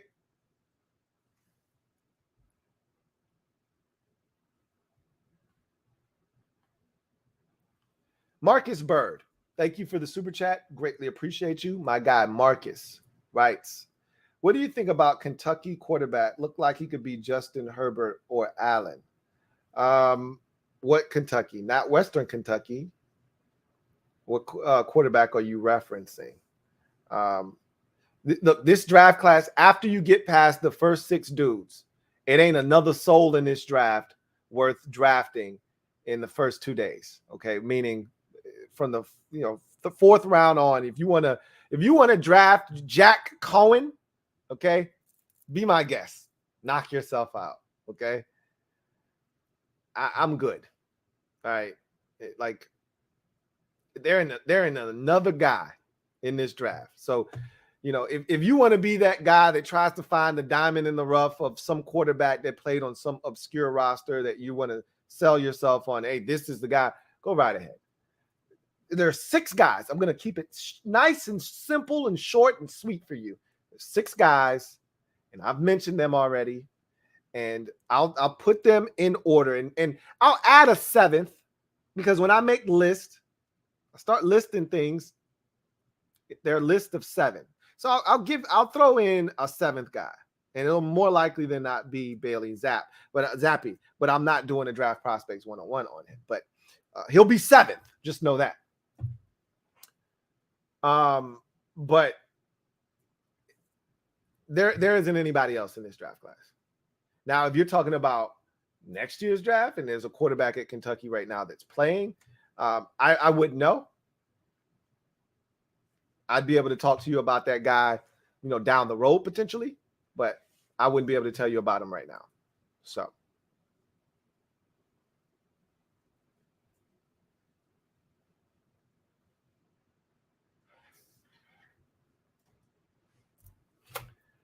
All right, let's get to the next super chat.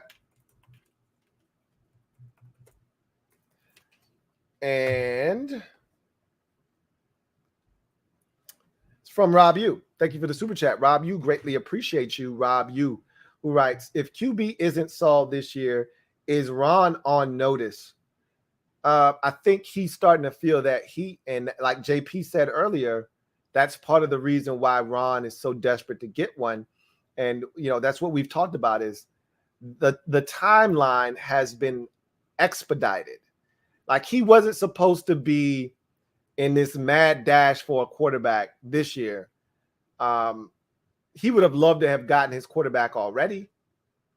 But had he not gotten that guy, he was supposed to be afforded more time. That was supposed to be the excuse. Oh, I don't have no quarterback. I don't think that excuse flies after this year.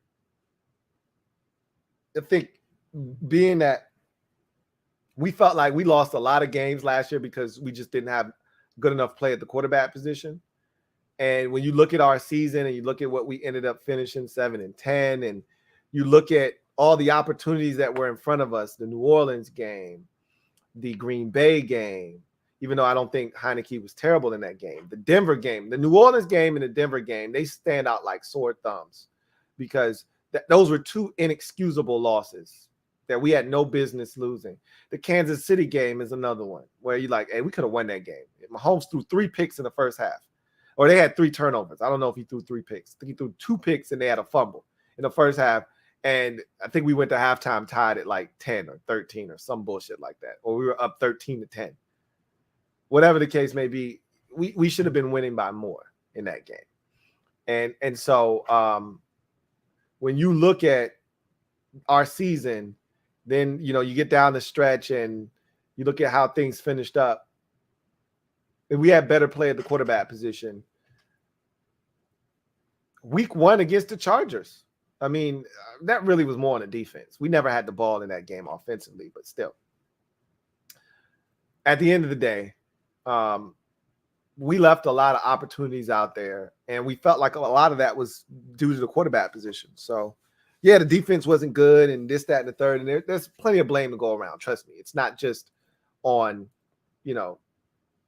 Taylor Heineke, but if you got a quarterback, you can overcome a lot of shit. And I think that Ron realizes that if he doesn't want this opportunity to end prematurely, no matter what, he's got to find a signal caller. Even if that means taking lumps next year with a young boy that, just still getting his feet wet and making mistakes, growing pains, but you believe in him. You got to have a foundational building block, and it's got to be your quarterback. And I think that's what he realizes now. And, you can sell patience when there's a young quarterback. You can sell patience. It's hard to sell patience when you're losing games and there is no future that you can see with a young quarterback. There's nothing tangible here. So why are we okay losing, 10 games? If there's no young quarterback, there is no excuse for that. So I think that's what Ron is realizing. Like, if I want patience, if I want mercy from the fan base, if I want more time from the owner, I gotta go get a guy that he can be excited about, that they can be excited about, so that if we don't win right away, but this young guy is starting to get it. Because this is the thing, Ron's been through this before. Now, it wasn't quite like this, but Ron got to Carolina in 2011, and they drafted Cam Newton in that draft. And that first year, Cam was 6-10. Now, Cam set all kinds of records. You could see that this guy was a unique talent and worthy of the number 1 overall pick. They got it right, but they were 6-10. But you were willing to take that 6-10 if you were a Panthers fan, because you said, holy shit, we just hit the mother load. We got it. We got our guy. Yeah, we won 6 games and we stunk overall, but we just knocked it out of the park. And he's going to give us a chance for the next 10 years. And that's pretty much what Cam did for the next 7 years, 8 years, roughly. He gave him a chance. He even took him to a Super Bowl. So Ron's seen this process before, and he's like, I need to get this process started now. Because more likely than not, if we draft a guy and we play him, we're going to take lumps. We're going to go 6-11. We're going to go 7-10. And I need to get that out of the way now. So if he doesn't have a guy that you can believe in on the roster, that's why I think waiting till next year is a bit dicey. Because if you don't get a guy this year, we stink, because you're probably going to stink. You're going to be mediocre at best if you don't get a guy this year. And then that means you passed on this draft again, like you passed on last year's draft. And now you have to draft a guy in 2023. And if there's even the slightest hint that this guy stinks, oh, Ron's fired on the spot. You passed on a quarterback draft class 2 years in a row to take this guy? Pack your shit up. You gone. Take all of your staff members too. Every last one of them. You gone. Ron understands that, which is why he wants to get that process started as soon as possible now. So, yeah, I think they're going to do something. And if he doesn't do something, I think the seat gets even hotter for Ron. And he understands that, which is why he's trying to put that fire out. He's trying to extinguish it now by getting a quarterback. We just don't know what kind. Ron would like to get a veteran because that ensures him that he wins right away. If that guy is healthy and this roster that they're putting together is what they think it is, that's going to ensure that Ron wins 10, 11, 12 games. Problem solved. You go the young route, the short term may not be as beneficial as it would be with a veteran like an Aaron Rodgers or Russell Wilson or even a Deshaun Watson. But the long term could be outstanding, but you got to get there first. And the problem a lot of times with these coaches is that you draft a young guy, but they're not there to see when that young guy is ready to take that next step and tear shit up. They're usually not there for that. Which is why you want to draft your guy as early as possible, give you more time. Matt Nagy knew the best way he could keep his job was if Justin Fields looked great under his tutelage. If he doesn't, I'm fired. That's what happened. Urban Meyer, look, he did everything he could possibly do to get fired last year in Jacksonville. I mean, the NFL chewed him up and spit him out. He's a college coach. But what he did with Trevor Lawrence last year was disastrous, essentially. And they're like, look, we got to get a guy in here that's going to really nurture Trevor Lawrence. So a lot of times you don't actually get to see that young quarterback blossom and grow. Zach Taylor was this close to being fired. If fans and media types alike would have gotten their way, Zach Taylor would have been fired last offseason after another putrid season, his second with the Bengals. But they hung tough, and they made the right decision. Obviously, they're in the Super Bowl now. Joe Burrow saved his job pretty much. And you got to give Zach Taylor some credit, but this is mostly Joe Burrow's doing, And so he almost didn't get to see this. The next head coach might have been the beneficiary of what Joe Burrow's doing. It almost wasn't Zach Taylor. That could end up being Ron Rivera if he doesn't get one of these dudes in here quickly and him actually be good too. You can't just get a guy in here quickly, because if you get Drew Lock or Dwayne Haskins or Daniel Jones, he's going to get fired anyway. So you got to get it right, which is what I've been advocating. Like, hey, don't be hasty to just choose a guy. Get the right guy. Because if you get the wrong guy, your ass is fired anyway. So don't just get a guy, get the right guy. Easier said than done.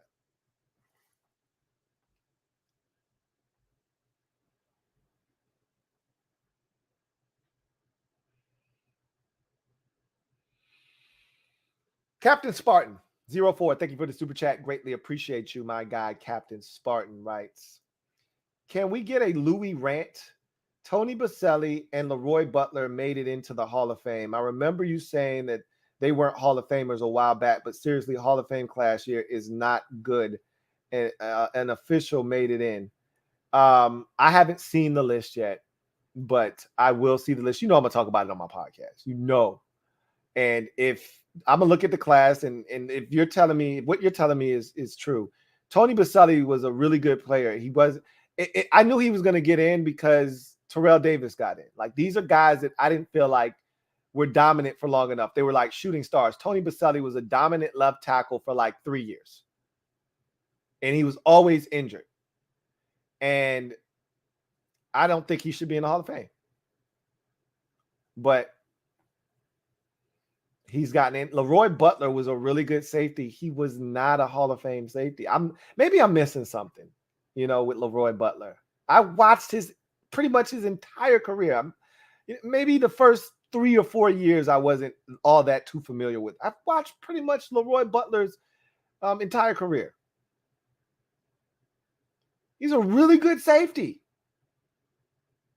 Hall of Fame, though? Nah. So you're probably going to get a rant out of me if the class is what you say it is. It won't come here, though. It'll be on the podcast. And you'll definitely get what you're asking for, because you know how I feel about the Hall of Fame. I may rant, I may not rant, because this is what the Hall of Fame is turning into, though. Dion said it eloquently, and he said it best. Can't let everybody in. But that's what they're doing. They're letting everybody in. There got to be some kind of standard. And I think you're getting a lot of these new media members who don't know. And, they grew up watching Leroy Butler and Tony Baselli. So, yeah, these guys are Hall of Famers. Are they really? I don't know. Quentin Ruiz, thank you for the super chat. Greatly appreciate you. Double up. Thank you for doubling up. Quentin Ruiz, who writes, what's our biggest need? Wide receiver 2 or tight end 2? Or is it equal? So remember, I had a live show where I went through the list of needs and I ranked them in order of importance. On my list, wide receiver was higher than tight end. Tight end was all the way at the bottom at number 7. It's still a need, but it's not one that I think they're going to go after aggressively. I would treat tight end like it's a big need. I would put him right next to wide receiver. I did that list in the order of what I think, but also what I think the team is going to do.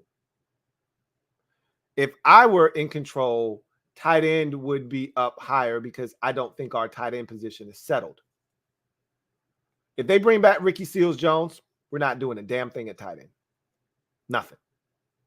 If they let Ricky Seals-Jones walk, that means that there's a spot there, and they may do something. Don't forget about Sammy Reyes either. But I would do something. I would not be content with our tight end position. I don't think it's good enough. Receiver 2, that's up at number 4. My number 1, 2, and 3 were quarterback, figure out middle linebacker, and cornerback / free safety, essentially the secondary. You needed to get guys in all of those positions first before you worried about wide receiver, because don't forget, we got Curtis Samuel coming back next year. They still think they got wide receiver 2 on the roster in Curtis Samuel. We all feel like, hey, until he plays in a Washington uniform, shit, and those little, spot duties he had last year, them shits don't count. For most of us, we like, hey, we don't even know this dude. So until he actually proves to us that he's legit, can't say that he's the answer across from Terry. But in their mind, they're saying, no, he's the answer across from Terry. He's going to be healthy next year. We're fine. Then they're saying, hey, we drafted Diami. He's going to take a huge leap in year 2. We drafted Dax Milne. We like the young fella. DeAndre Carter's going to be on this roster next year. They may decide to bring back Cam Sims. So you look at the roster of receiver, they might be thinking, hey, we straight. I'm like, no, you're not. Don't lie to yourself. No, you're not. Get another guy. Just get another guy. We'll see if they do that, though. So to me, wide receiver 2 and tight end are equal, because you could argue that they have what they need at those positions if everybody's healthy and available. Because Ricky Seals-Jones wasn't terrible as TE2, right? So theoretically speaking, you bring Ricky Seals back, you get a healthy Logan Thomas, and that might not be a bad group to throw out on the field. But I just think you could do better. So we'll see. Dejan Bell, thank you for the super chat. Greatly appreciate you. Dejan writes, you think getting a fullback would benefit our offense? Nah, not really. I wouldn't be opposed to a fullback because the fullback is so underutilized in today's NFL, you could get creative with the fullback, and because teams don't see it on a regular basis, like, it's amazing to me how wide open the fullback constantly is. But he's open because they don't see that on a regular basis. So you don't even have to have a fullback. I remember we played against the Rams, and they lined Gerald Everett up at fullback / H-back. On one play, they go play action fake, and they send the running back out of the backfield, and he runs a out to the left. Gerald Everett runs about 4 more yards up the field and runs like a bench route to the right. Nobody went with him. If you recall that game against the Rams, not last year, but the year before last, the Alex Smith game, nobody went with him. He was open for days. He got the football, and I think it was like a gain of 40-something. It's because teams don't have to guard against the fullback / H-back very often. It's easy to slip that guy out and him almost go unnoticed. That's why that guy's open a lot of times on that play action fake down by the end zone, that 2-jet Y banana, play spider Y banana that, John Gruden would always talk about. You sneak that fullback out to the flat, you throw it to him, because teams don't do that very often. They don't do it very often. So you don't even have to get a fullback. You could just put somebody in that position, and give them opportunities to get the football. I don't see us doing that, though. I don't see us doing that.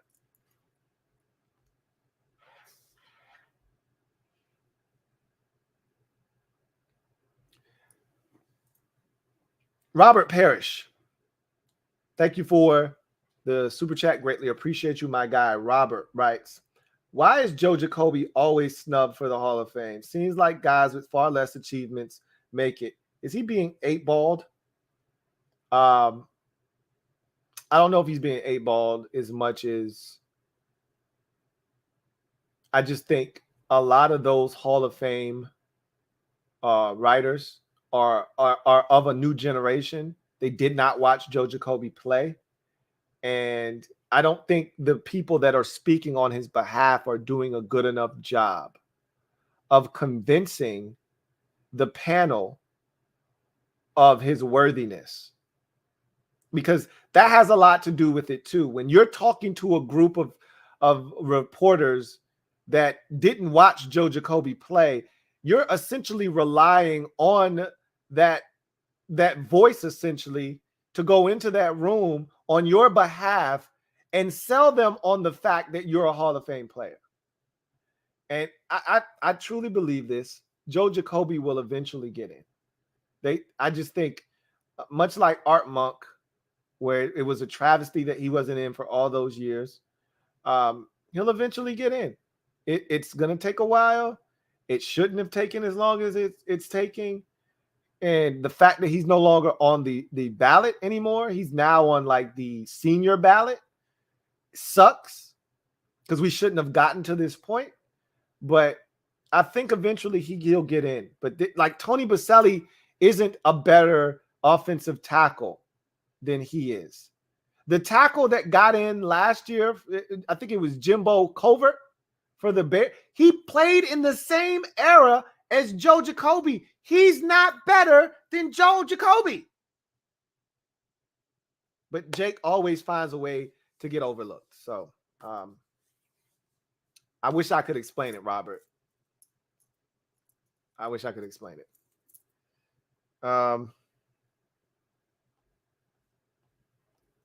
Let's see. CGM 87. Thank you for the super chat. Greatly appreciate you.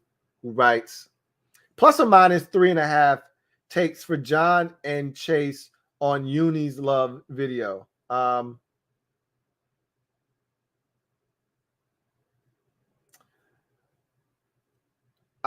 take the over on that. I take the over on that one.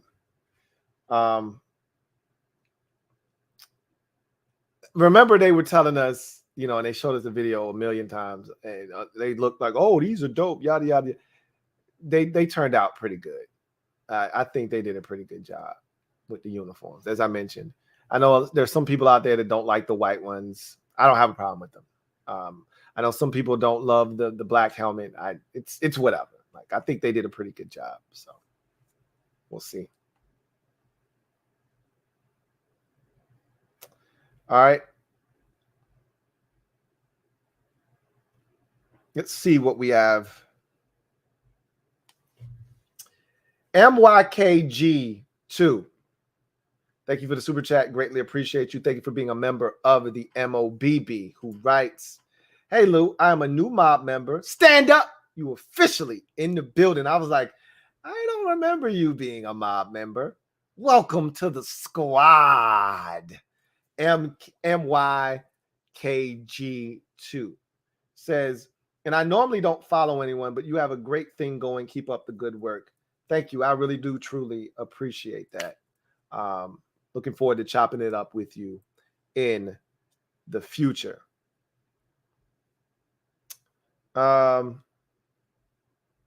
Let's see. Super chat here from Metaphor. Thank you for the super chat. Greatly appreciate you. Who writes, we strike outside FedEx. Call it picket for picket. That would be funny, but they don't care. Yeah, I mean, and honestly, I wouldn't want to influence their draft choice. Like, if we could influence what they do in the draft, it's one thing to influence who they hire as a coach, right? And we've done that before with Daniel Snyder, you know, when we pretty much forced him to go back. And how'd that work out for us? Now, we didn't know he was going to, you know, promote Jim Zorn from offensive coordinator to head coach. Like, we thought we'd just get a better guy. But a lot of us rebelling against Jim Fossil was the fact that they didn't hire our defensive coordinator at the time, Greg Williams, who we thought was going to get the job once Gibbs 2.0 was over. It was like a foregone conclusion that Greg Williams would be given the job and that we'd move on with him. And when that didn't happen, it was pretty much that whoever he chose, if it wasn't a Super Bowl winning coach, he wasn't going to stand a chance here. And it was Jim Fossil. He was in the division and he was the giant. Oh, he stinks. Then we got Jim Zorn. So how'd that work out for us? I would hope we can influence what they do in the draft, because that would mean they're very weak-minded. Yeah, look, fan bases bitch and moan and complain all the time. You have to do what you think is right. If you did what the fans wanted to do, these organizations a lot of times would be in the garbage, because a lot of times as fans, we're wrong as hell. Okay, we think we know, we have no idea. So we'll see what they do.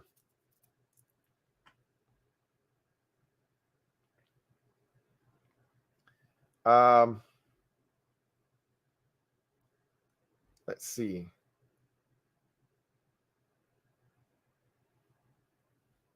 Are there any more? Yes. Here's one from Valmont Smart. Thank you for the super chat. Greatly appreciate you. Thank you for being a member of the MOBB. Valmont Smart, who writes, Louie, love your new logo. And what do you think? Thank you, first and foremost. He says, and what do you think about us possibly adding DJ Chark? I don't know what it's going to cost to get a DJ Chark, okay? What I do know is that DJ Chark is a really good wide receiver when he's healthy. The problem is he's never healthy. Let's look at DJ Chark's. I'm going to go out on a limb and say of the 4 years, and I believe it's been 4 years now, which is the only way he'll be a receiver or free agent. I'll say of the 4 years he's been in the league, I think it's been about 4 years. He's only played in 13 games once, not 16, 13 games once. And I'm going to say that the other 3 of a possible 49 games, because of the 17 this past year, of the possible 49 games he could have played in, because the 1 year that I think he played 13 or more in, and I think it was 13, I'm going to say 13, not more, 13, wasn't last year. It was like maybe 2 years ago. I'm going to say of the possible 49 games, he played in 26. So just slightly over half. Let's take a look at DJ Chark and investigate. I like him as a football player. He's a low-level number 1 in this league. He's never healthy. That's my biggest problem with him. And I know he had some mental issues he talked about, and I don't have any problems with that. I love when guys come out and talk about their struggles with, because even Terry kind of alluded to the struggles of the mental side of being an athlete. So I don't have a problem with these guys voicing that. Let's see. DJ Chark stats. So this is year 4 for him. And let's go to his career stats and see. Okay. That's getting me nowhere. That's why I wasn't getting what I needed. Typed the wrong thing in. All right. Here's his career stats. I'll pull this up real quick. And as usual, I am wrong. So last year he played in 4 games. 2013 he played, or 2020 he played in 13 games. And 2019, that was the year that I was thinking of. Remember, I told you it was 2 years ago. That was the 15-game season. That was when he went off. Had 1,000 yards that year, 73 catches. And in his rookie season, he played in 11 games. He only had 14 catches, though. So, of a possible 16, 32, 48, 64, 65 games, he's played in 43. So he still missed a considerable amount of time. But it wasn't as spread out as I thought. It was more concentrated because he missed 13 games this past season. So that accounts for a huge chunk of the games that he's missed. But still, hasn't played in a full 16 in his career. Has missed at least a game every year. Only missed 1 in 19. He missed 5 in his rookie season in 18, and he missed 3 in 2020, and then he missed 13 last year. The problem with DJ Chark is he's always hurt. I like DJ Chark, and he's got size. He's got the ability to high point the football. All the shit that I talk about us needing, he'd fill that void for us. But again, what is it going to cost? I don't know. Him coming off of a season where he only played in 4 games and he missed it most of the season due to surgery, I would like to think you could get him on the cheap, even if it's a 1-year prove-it deal. He'd be interesting. Very, very interesting. I'm intrigued. I'd do it. I'd do it. DCJ, thank you for the super chat. Greatly appreciate you. My guy, DCJ, writes, what's good, Lou? What's good, DCJ? So I saw the new mascot. Big issue for me. Major letdown. General Custer. Extremely disrespectful and disappointed. Google for all who don't know. Major drop or poke shot for let me look from Dan and company essentially. I don't know anything about a mascot. General Custer. That can't be the logo. All right, let me see. I'm gonna just type in Washington football, Washington Commanders logo.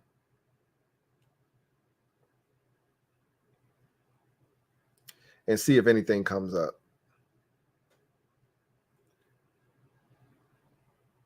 Mascot, excuse me. I don't think that they've got one yet. They can't have one yet.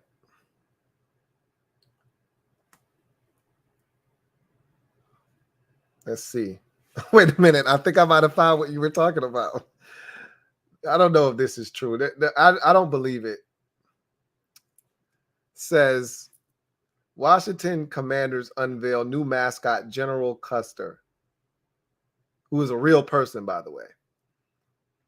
The Washington football team changed its name this week, finalizing a year-long transition from Redskins to Commander. Along with the shiny new name, the team announced the brand new mascot, General Custer. We wanted the mascot that would represent the ultimate commander, the team owner, Dan Snyder, said. Someone the fans could really rally behind as we make our last stand on defense. General Custer, who famously said there are not enough Indians in the world to defeat the 7th Cavalry, will be on the sidelines every game to cheer on the Commanders with the crowd. Native American leaders have been critical of the new mascot. I hope this isn't true because, like, didn't we just go down this road already? Like, you've already offended the Native Americans enough, right? Are we really going down this road again? This is what I'm talking about with this organization now. I don't know if this is factual. Like, this is a random ass site that I'm reading this from.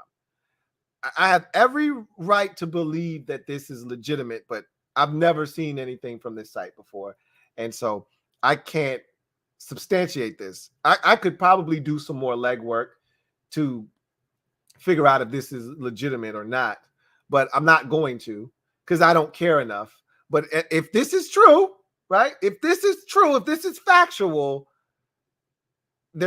Dan's an idiot, okay? Which I think we already can kind of draw the conclusion that he's not the smartest guy and the sharpest tool in the shed.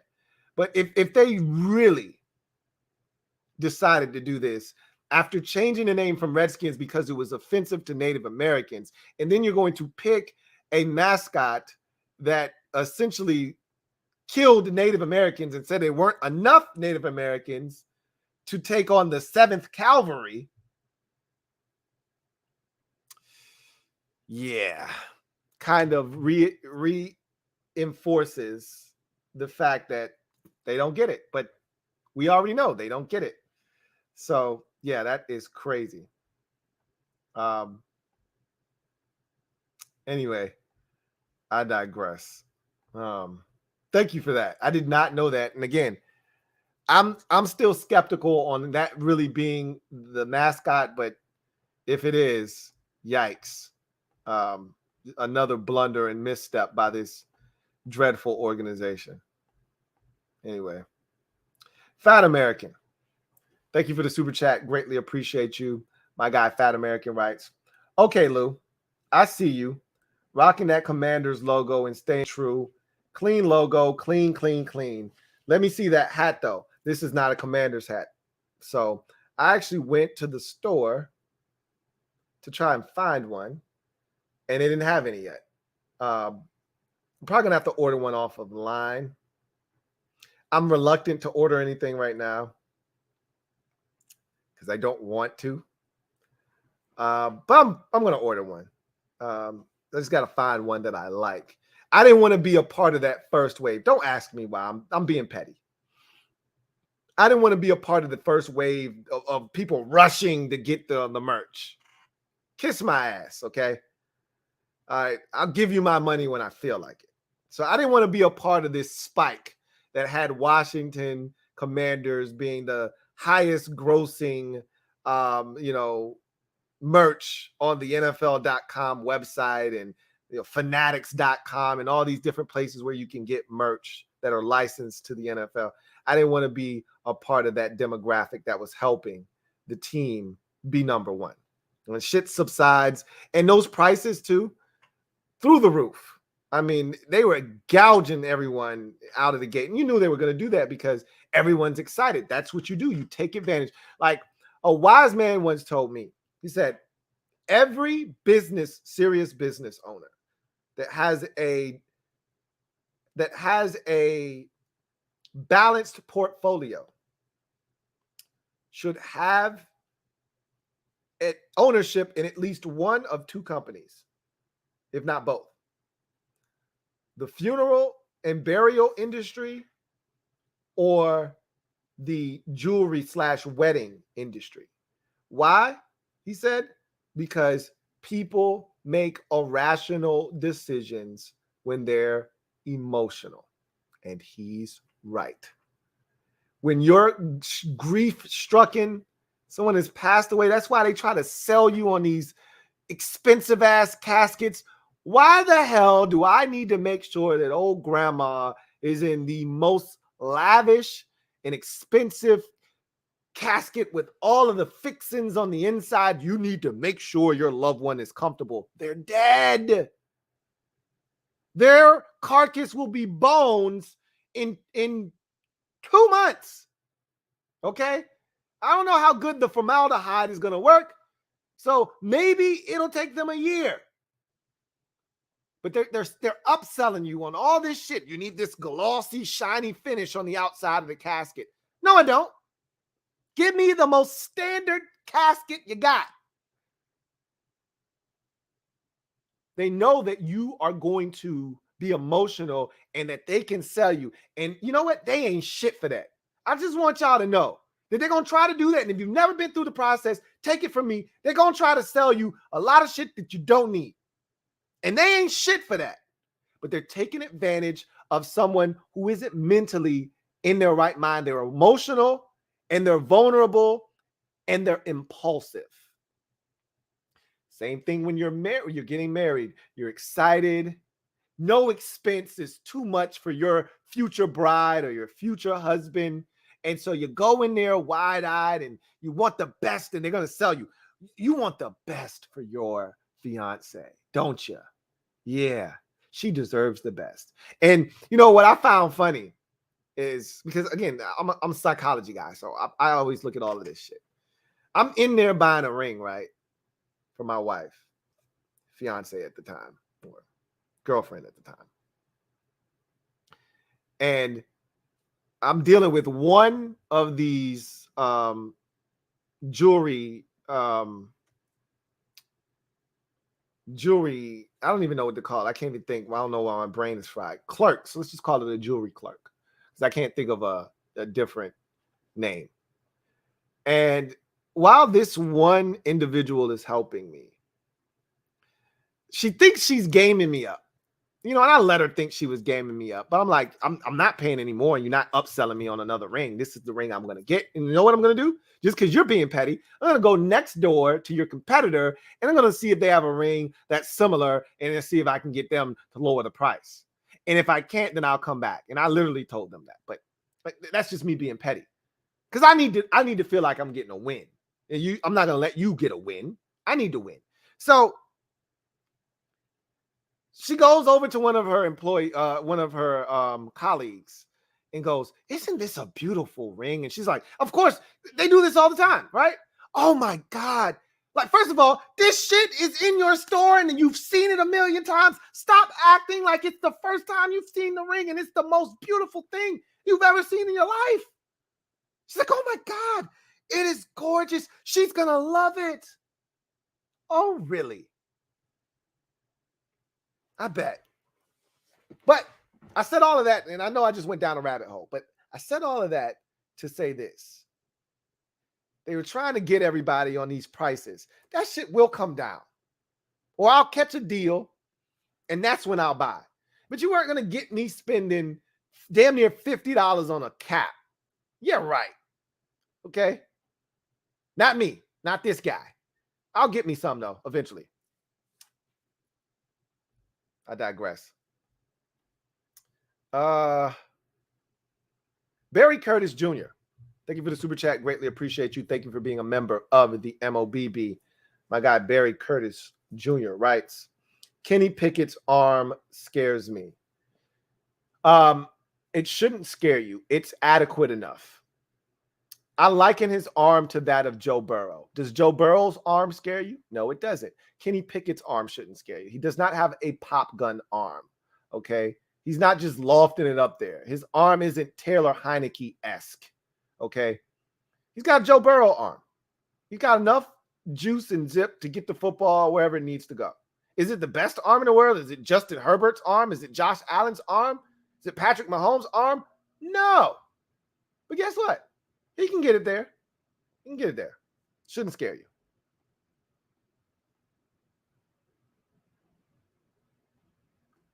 Let's see. Barry Curtis Jr. Thank you for the super chat. Greatly appreciate you. Double up. Thank you for doubling up. Barry Curtis Jr. who writes, Corral's lack of deep ball accuracy and inability to go through progressions and size scares me. Malik has all the talent, but no clue what he's doing. Shaking my head. Well, I agree with you on Corral's deep ball accuracy. I think his deep ball decision making also is a problem, as I mentioned in my breakdown.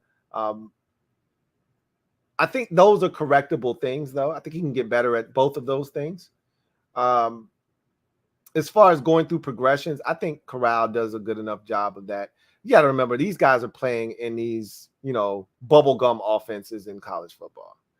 You'd like these guys to, be more efficient at, dissecting what defenses are doing and things of that nature. But not everybody's created equal in that regard. And then again, to a greater point, not everybody has the experience, the requisite amount of starts to really get comfortable to know what a defense is trying to do to you. So I think Corral is one of those guys that kind of fits into that mold because he was really only a starter for 2 years at Ole Miss. So, he's got some starts under his belt, but it isn't a ton similar to Malik Willis. And it's not a ton of starts. So you can tell the guys that have started for a while because you can see them going through their progression. You can see Sam Howell going through his progressions. You can see Carson Strong going through his progressions. You can see Kenny Pickett going through his progressions. Like these guys, you can see Desmond Ridder going through his progressions. These guys have started for a long time and they get it. And then you can tell the guys that haven't necessarily had as many starts. And they're, Justin Fields didn't have a ton of starts. So if he didn't like his first 2 reads, he's going to tuck it and run. You know what I'm saying? And that's not his fault. I don't like what I see. I don't want to turn it over. I'm using my God-given ability. And you see that with some of these other guys as well. If you feel that way about Willis and you think you've got the ability to coach him up, then you take him. If you feel like he's got all the talent in the world, but he just doesn't know what he's doing, that's the point of coaches. If these guys were finished products coming from the collegiate ranks and they already had it all figured out, then why would you need a quarterback's coach? Why would you need an offensive coordinator? Like, you need these guys because you need to continue to grow and learn as a player. Even Tom Brady in year 20 was still being coached up by a quarterback's coach, and so I think that Malik Willis, if you feel like, oh no, this guy's got it all, he's toolsy, just needs some guidance, then if you have confidence in your quarterback's coach, and I'm confident in Ken Zampese, you can say what you want about a lot of our positional coaches. Ken Zampese isn't one of them. I trust him as a quarterback's coach to develop.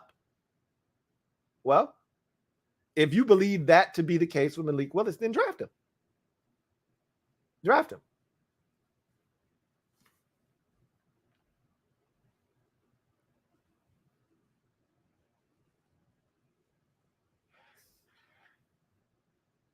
All right.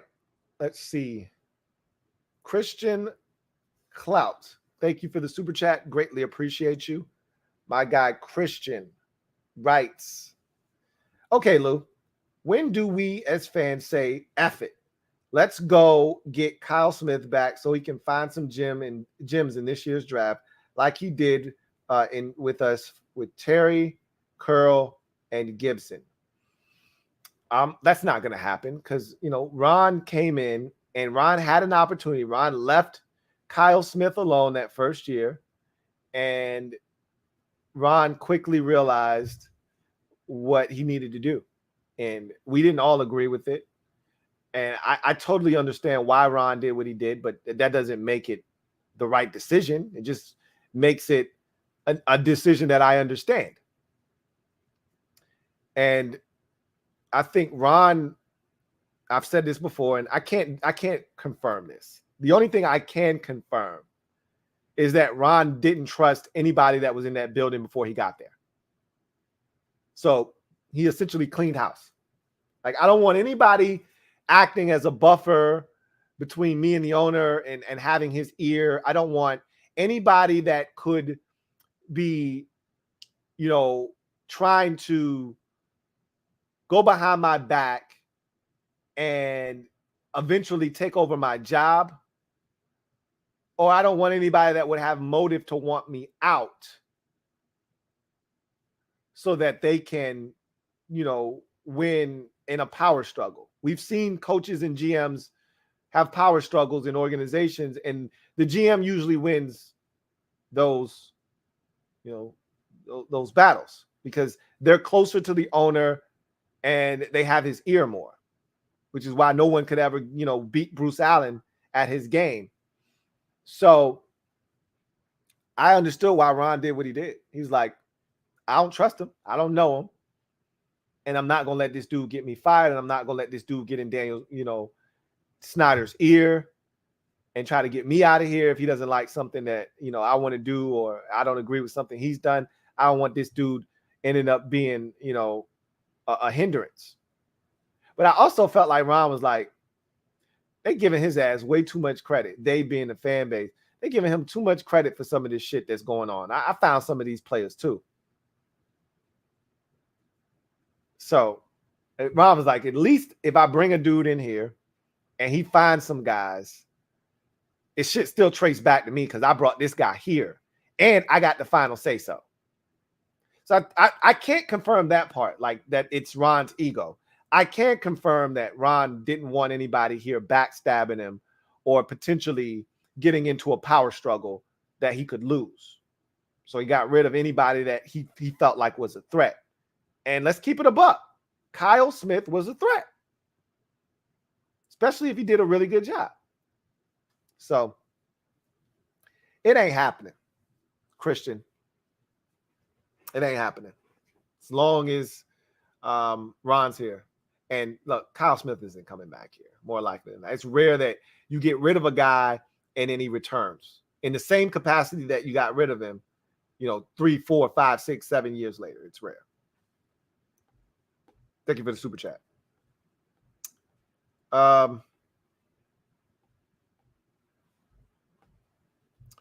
Hoodie Quays, thank you for the super chat. Greatly appreciate you. Thank you for being a member of the MOBB who writes. And thank you for being a member of the squad. My guy, Hoodie Quays, writes, if our team shows no improvement this year, I'm one to say throw the bank at Ryan Day at Ohio State. What do you think, Lou? I'm not throwing the bank at no college coach unless they come equipped with NFL chops like a Jim Harbaugh. I ain't throwing no bank at a college coach. Seen too many of these dudes come in here, stink it up, and get gobbled up and spit out by the NFL game. I just wouldn't do it. Obviously Herb is the last in a long line and the most recent in a long line of NFL college coaches that pretty early on realized this shit is not for me. I mean, the greatest college football coach we've ever seen in Nick Saban got his ass kicked, and really he was doing a good job in Miami. I think he realized that I got stuck with Dante Culpepper and I wanted Drew Brees. And he was like, F this shit. I'm going to Alabama. He's the greatest college coach ever. And even he decided I'm good on the NFL. I'm not saying you can't be successful, but I mean, we've seen the Bobby Petrinos of the world. Like, you know, it's not rocket science. I'm good on a college coach. You know, Cliff Kingsbury is doing okay. He's doing okay, but even he looks like at times he's in over his head. I like Cliff Kingsbury though. I'm good on Ryan Day. Thank you.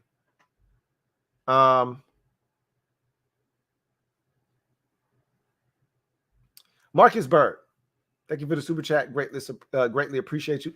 Double up. Thank you for doubling up, Marcus, who writes, Kentucky University. His name is Will Levis. Will the Thrill. That's who you're talking about. I didn't even realize he was at Kentucky. He started out his career at Penn State. I'm not a big Will the Thrill Levis guy. He's got some talent though. And I don't know what he's doing out at Kentucky. As a matter of fact, I had caught a game, and now that you mention him, I had caught a game because, you know, the SEC is always on around these parts. And I think he was doing some pretty good stuff, you know, and I think he had led Kentucky to a pretty good record this past year. I just don't know if I'm the biggest fan of his work, but I wouldn't discount him because I haven't watched enough of him. I just remember him from Penn State, and I remember saying, he's all right. He ain't all that. So we'll see. You know, he's another guy that'll be probably coming out next year's draft class, another name that you throw into that mix. So we'll see.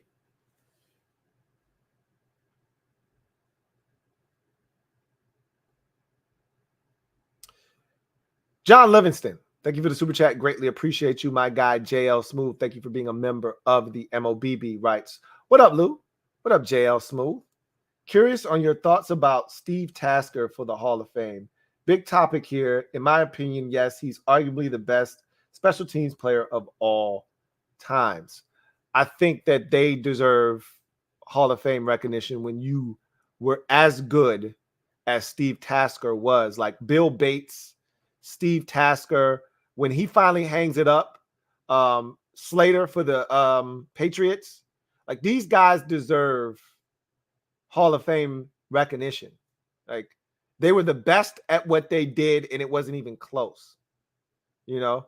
So Matthew Slater, Bill Bates, Steve Tasker, all of these guys, I think, deserve to be in the discussion for the Hall of Fame. I'm not saying all of them need to get in, but I do think that because they were so dominant, special teams is an aspect of the game. And for you to do it for as long as those guys did it for, at the level that they did it for, I think that it deserves some recognition. So I wouldn't have a problem with Steve Tasker getting in. He was dominant as a special teams player. But again, there are other guys that, you know, could be in that same vein and deserve, you know, an opportunity and deserve to be on the ballot and have a chance. So we'll see. John Livingston, thank you for the super chat. Greatly appreciate you. Double up. My guy, JL Smooth, writes, what do you think about A-Rod telling a drunk Broncos fan we'll see about coming to the Broncos? He said no chance to the other fans' teams, apparently. I wouldn't be surprised about that. Like I said, have you seen the Broncos roster? Like, you know, I got a good chuckle out of a couple of people in the comment section when I said, if I'm a quarterback and I'm a veteran and I'm looking to change teams, why wouldn't I just go to Denver? And it was like, why would you want to go to Denver? You got to deal with Mahomes and Burrow, and you got to deal with Herbert, even in your own division, Herbert and Mahomes, and you got to deal with Allen. And I'm like, okay, and like, if you think you're that guy, And Aaron Rodgers thinks he's that guy. And you put him on the team with Cortland Sutton, Jerry Jeudy, what's my guy from Penn State? Come on. Why can't I think of his KJ Hamler? What's my guy that I wanted us to go get in free agency that they ended up keeping? The big, tall receiver from Utah. Man, I don't know why my brain ain't working tonight. But they ended up re-signing him to a long-term deal. Tim Patrick, that's his name. He's a baller. That's 4 receivers. You got Noah Fant and Albert O at tight end. There's 2 beast tight ends. And you got Javonte Williams, who showed that he's got the ability to be a stud back in this league. And Melvin Gordon the third. And he might be a free agent now, but still. They're loaded.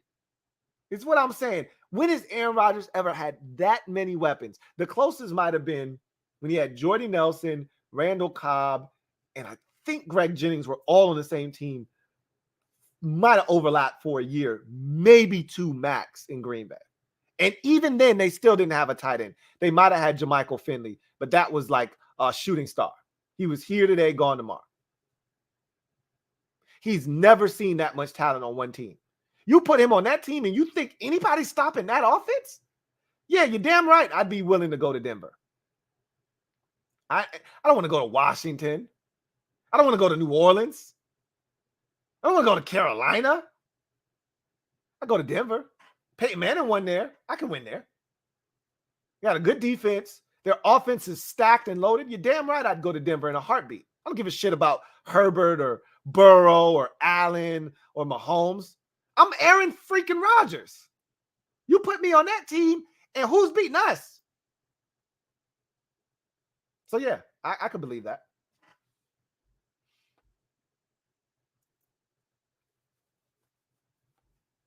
Fat American. Thank you for the super chat. Greatly appreciate you. Fat American writes, or first of all, double up, Thank you for doubling up. Writes, call me crazy, but I'm thinking we're going to be okay at the quarterback position. Mayhew was responsible for drafting Stafford, and Marty drafted Cam. You're forgetting one thing with those comments. Both of those guys that they drafted were number 1 overall picks. If you would have told me, I feel comfortable with Mayhew. He drafted Matthew Stafford 9th overall. And I'm comfortable with Marty Herney. He drafted Cam Newton 14th overall. Do you know what I'd say? You know what? It's a good ass point. You got a point there. You don't get points for doing what you're supposed to do. When my daughter brings home her report card, I'm not giving you any kudos for getting an A in physical education. Now, I'm going to talk shit if you've got a C in physical education, but I'm not going to pat you on your back for getting an A in PE. No, not doing that. My son is a really good artist. I'm not going to pat him on his back for getting an A in art class. He should get an A in art class. But when he brings home a C in art class, I'm pissed off. What the hell is this? You're the number 1 overall pick. You get to pick the best quarterback that draft class has to offer. I will tell you this. It is hard to mess that up. It is. We've seen a lot of first-round quarterbacks fail. But of late, not over time, but of late, the number 1 pick overall at the quarterback position is usually hard to mess up. I think Sam Bradford and Jameis Winston are the 2. And now I think Jared Goff, we think Jared Goff stinks, right? He's played in the Super Bowl, though. There's always you say what you want about Jared Goff, there'll always be 2018. Just like with Robert Griffin III. Say what the hell you want about Robert Griffin III. Bobby 3 Sticks. There'll always be 2012. There'll always be 2018 for Jared Goff. Now, There's Winston, there's Goff, there's Bradford, depending on how far back you want to go. Let's just start with Stafford. I think Stafford was the 2009 draft. If it wasn't 9, it was 10. I think he was the 2009. Let's call Stafford the 09 draft.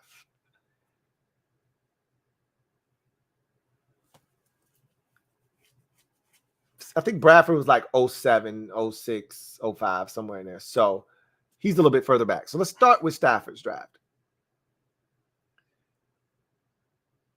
Since Stafford went number 1 overall, let's look it up. We don't have to guess. Number 1 overall picks in the NFL draft since 2010.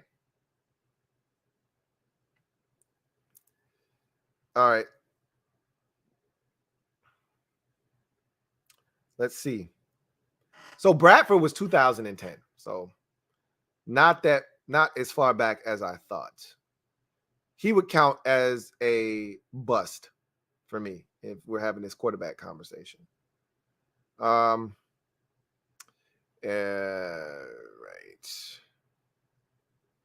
Hold on. Let me see. So you got Eric Fisher in 2013, Jameis Winston in 2015, Baker Mayfield in 2018, Jadeveon Clowney in 2014, Goff in 16, Murray in 19, Garrett in 2017, Luck in 2012, Newton in 2011. So let's do this. Quarterback was taken number 1 overall in 09. I think that was the Stafford draft. Bradford went in 2010. Cam Newton went in 11. Andrew Luck went in 12. There was no quarterback taken number 1 overall in 13. That was Eric Fisher. 14 was one of the worst quarterback draft classes in recent memory. That was the Johnny Manziel draft class. So that was a terrible draft class in 14. So that was, I think Jadeveon Clowney went number 1 overall that year. Then 15 was the Winston Mariota draft. So that's Winston. 16 was Goff, right? Let me check and see. I think 16 was Jared Goff. Yeah, 16 was Goff.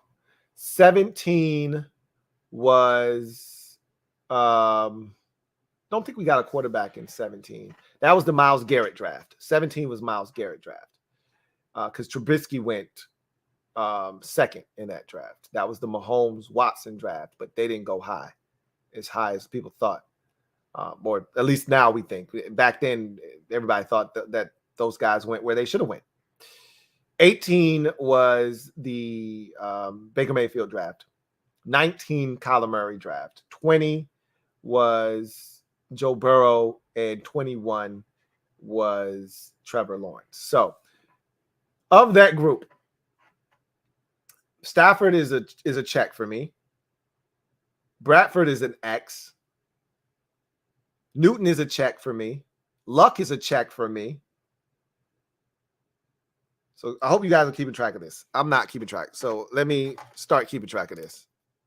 So I love when we do shit that has nothing to do with nothing, but it occupies our time. You guys know you can send me down a rabbit hole at any point, and I'll fall for the banana in the tailpipe.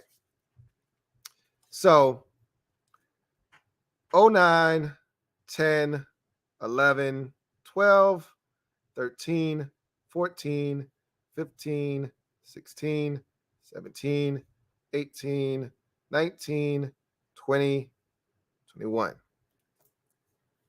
So check mark for 09, X for 10, check for 11, check for 12.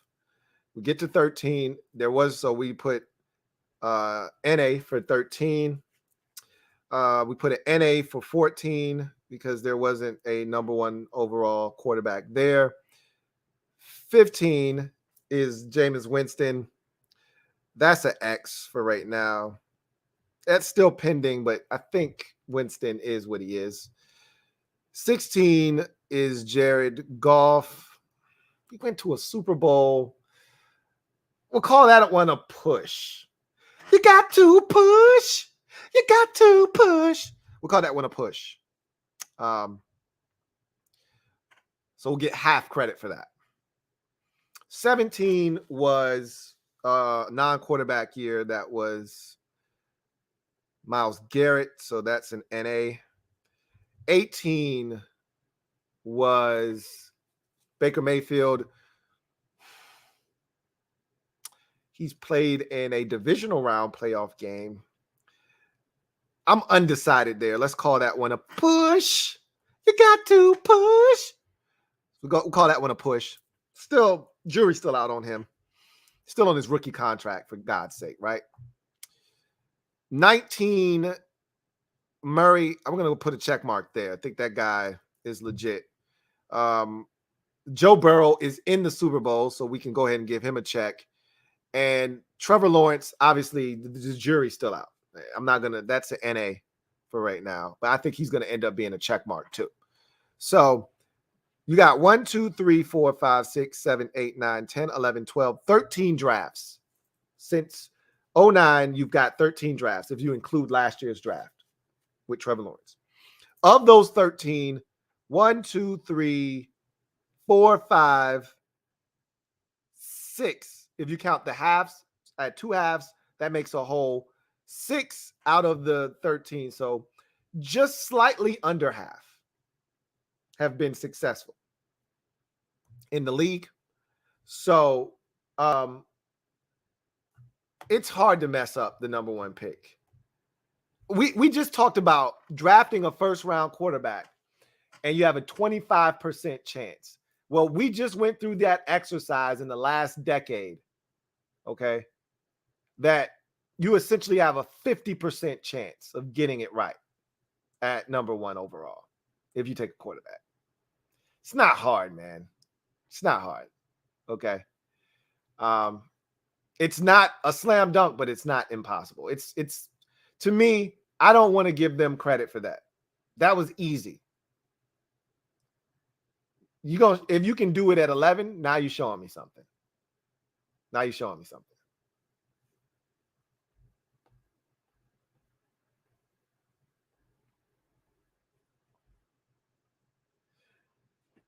John Livingston, thank you for the super chat. Greatly appreciate you. Thank you for being a member of the MOBB once again, who writes, Lou, you just said, I'm going to order it off the line. Come on, man. We ain't that old yet. I said offline. I don't think I said off the line. I might have slipped up and said that. Hey, I'm getting old, man. I make fun of a lot of people for their age, and because we're getting up there. Like, it's crazy, man. Time is flying, and when I do my Flashback Friday episodes and I start talking about stuff, it reminds me of how old I am. I don't think I said off the line though, man. I think I said offline. Ah, man. Anyway, I digress. Carlton Bogano Jackson, my guy CPJ, thank you for the super chat. Greatly appreciate you. Thank you for being a member of the MOBB, who writes, what up, Lou? What up, CPJ? He says, man, you've been cracking me up all night, and let the draft and free agency games begin. Watson to DC is my pick. # mob. I mean, that's my number one. I know Aaron Rodgers is the man, and I know that Derek Carr is cool, and Russell Wilson is awesome. I want the guy that's going to be here for the next 10 years. Plus, that's Deshaun Watson. I know there are a lot of Washington fans that are like, I don't want him here. He's a rapist, and he's this, and he's that. I don't know anything about none of that stuff. I just know the dude's a hell of a football player. And what it sounds like to me is just a lot of tomfoolery and chicanery going on with his case. Because if you really have a case against this man, you're not just going to civil court. Okay. You're taking this stuff up in criminal court, because you're looking to put this man behind bars. If he really did such an egregious thing to you, you don't just want money. You're not looking to sue for damages mentally and physically. No. That's cool too. All right. You can sue him for that as well. But the first thing you want is you want the criminal case tried. And then after that's done, you're like, hey, and I want the civil thing too, because I want some bread off of this. You don't go straight for the bread. So that seems a little fishy to me. Anyway, I digress. I don't know enough about that. I don't want to talk about something that I don't know all the facts about. I can just tell you this. I'm on board with Deshaun Watson coming here. Is Deshaun feeling the same way? That's the $1 million question. Because I think the Texans are like, all right, Deshaun Watson, 2 draft picks, first time, second, third draft pick, 3 sold to the man in the back, 3 first-round picks, and a defensive end. So I think they're ready to do the auction thing. They don't give a shit who it is. But Deshaun's got to sign off. So we'll see.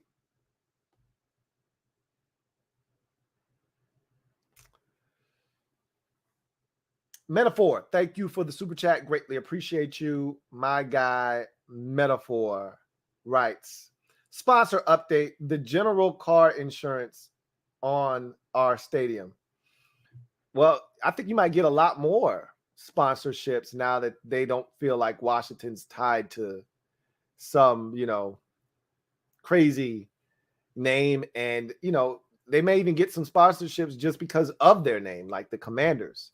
I don't know if that's a real, like the general is really a sponsor or whatever. Again, who cares about that stuff, right? I don't. That them having, the general banner around the stadium isn't going to help us win, football games. You know what I'm saying? So no one cares about that. If that's a real thing, you probably just trolling us because you're one of the biggest trolls we have in the basin, and we love you for that, by the way. But anyway, I digress.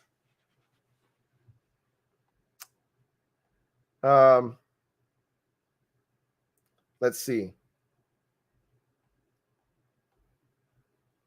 Joe Rockhead, Jay, thank you for the super chat.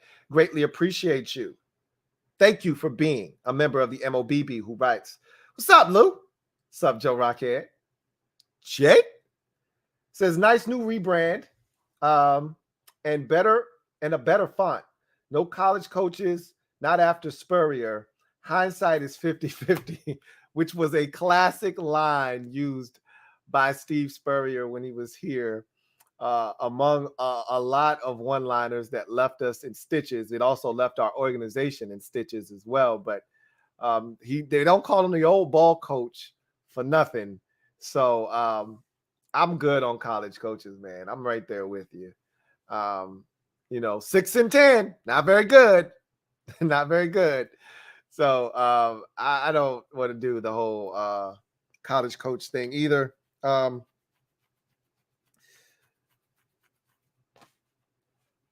I think that I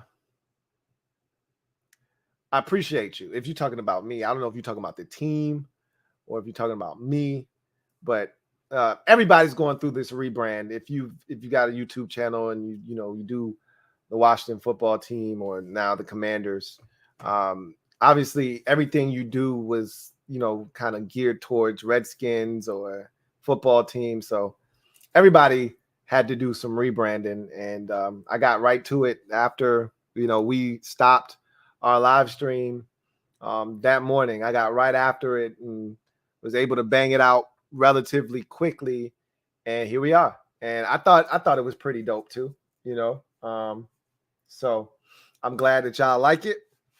I thought the name and the concept was pretty dope, and I actually put some thought into it. I knew somebody was going to do Command Center. That was easy, low-hanging fruit. It's a dope name, but, I thought 18 people were going to take that one. So I was like, I'm not messing with that. So I wanted to come up with something clever, a nice little word play, but also has meaning. So I'm glad you guys like it. Truly do appreciate you, Joe Rockhead J. Let's see. Just Andre. Thank you for the super chat. Greatly appreciate you. My guy, Just Andre, writes, wait, I think this is a double up for you. Double up. Thank you for doubling up, Just Andre, who writes, you think Sean Taylor should be in the Hall of Fame? No, he's not a Hall of Famer. As much as I would love for him to be in the Hall of Fame, I would be a hypocrite if I vouched for Sean Taylor to be in the Hall of Fame. I can't say Terrell Davis, who had 2 back-to-back massive years, including one over 2,000 yards rushing, and Tony Baselli, who's apparently going to get in here with this upcoming class, who had a stretch there where he was dominant, but I didn't think it was long enough. I can't say that about those guys getting in and then turn around in the same breath, say Sean Taylor, who had a 3-year career essentially, 04, 05, 06. He was murdered in 07. So a 3.5-year career. I can't then say, well, he should get in. That's not right. So no, he shouldn't be in the Hall of Fame, but I can tell you that his career impacted so many players, and I would love for them to do something in their Hall of Fame wing for, maybe players that died, too soon or something like that, maybe for like the Jerome Browns of the world, guys that were really super talented. Derek Thomas is a Hall of Famer, so they don't have to do, but he would be someone that you could put in there, Derek Thomas. And, I think that would be something pretty cool that they could do, but he doesn't deserve to be in the Hall of Fame for his credentials on the field, even though he was going to be a Hall of Fame player. I think we're all convinced of that, but I don't think he's a Hall of Fame player.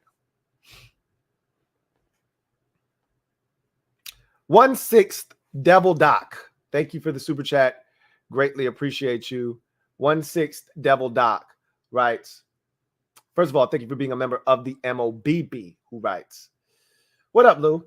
I can see the following positions going in the top 10. 2 to 3 QBs, 3 tackles, 3 DNs, 1 safety, 1 to 2 cornerbacks. I definitely see some spillage coming our way. I mean, that sounds great.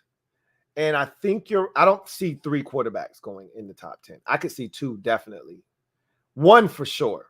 Somebody's going to pull the trigger on one of these dudes. Most likely than not, Kenny Pickett. But I don't see 3 guys going in the top 10. I mean, look, teams are desperate. I don't think they're that desperate. But I could see 2. I could see 2 to 3 tackles. I could see 3 defensive ends. I think 2 for sure. Don't know if that third one is a top 10 or not. We're definitely going to see the 1 safety. That's a fact. And I think you do see 2 corners. I think that's another one you could go ahead and take to the bank. So if we think, let's just go with 1 quarterback. That's 1. Let's go with 2 tackles. That's 3. Let's go with 2 DNs. That's 5. Let's go with a safety. That's 6. And let's go with 2 corners. That's 8. There's still room for 2 guys to be selected. And you could be right. There could be 3 tackles that go. You could be right. It could be another quarterback that goes in the top 10. But for the sake of this discussion, let's just say it's 8 guys that we can account for right now. 1 quarterback, 2 tackles, 2 corners, a safety, and 2 DNs. So I don't know if it happens that way. I don't know if we get real spillage, because that's probably how it should go. I don't know if you get real spillage with that scenario. In order to get spillage, you need 2 quarterbacks. You need 3 tackles. I don't think 3 defensive ends, but you could get a third. You're going to get 2. That's factual. Same with the safety. You're getting 1. Corner, you're getting 2. You would need it to be filled up with those positions to probably get real spillage. So we'll see. We talked about spillage a lot last year, and I don't think we really got a lot of spillage like we thought we were going to. And we should have gotten more spillage for 5 quarterbacks going in the top 15 picks. Thought we could have got more spillage than what we did. And again, maybe we did get spillage. We just didn't take advantage of it.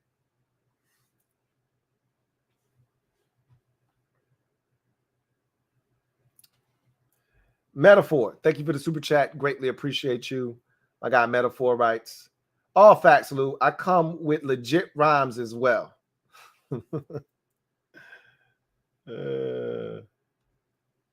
Let me hear one. Michael Rojas, thank you for the super chat. Greatly appreciate you. Who writes, new name, new stadium. Well, they don't have a choice. We can't play in this dump much longer. So obviously they've got the rights to, Daniel Snyder has the rights to FedEx Field until 2027.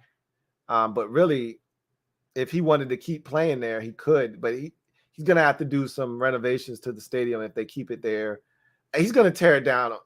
He's going to build a new stadium, whether it's right next to the one that they already have in Landover, or they go to some part of Maryland, or, Virginia, another part of Virginia, or they come back to DC where it really should be. They're going to get a new stadium. It's just a matter of where. Wherever he gets the most support financially is where I think he'll ultimately land. So we'll see. We're going to get a new stadium, though. But that won't be until 2027 at the earliest. So.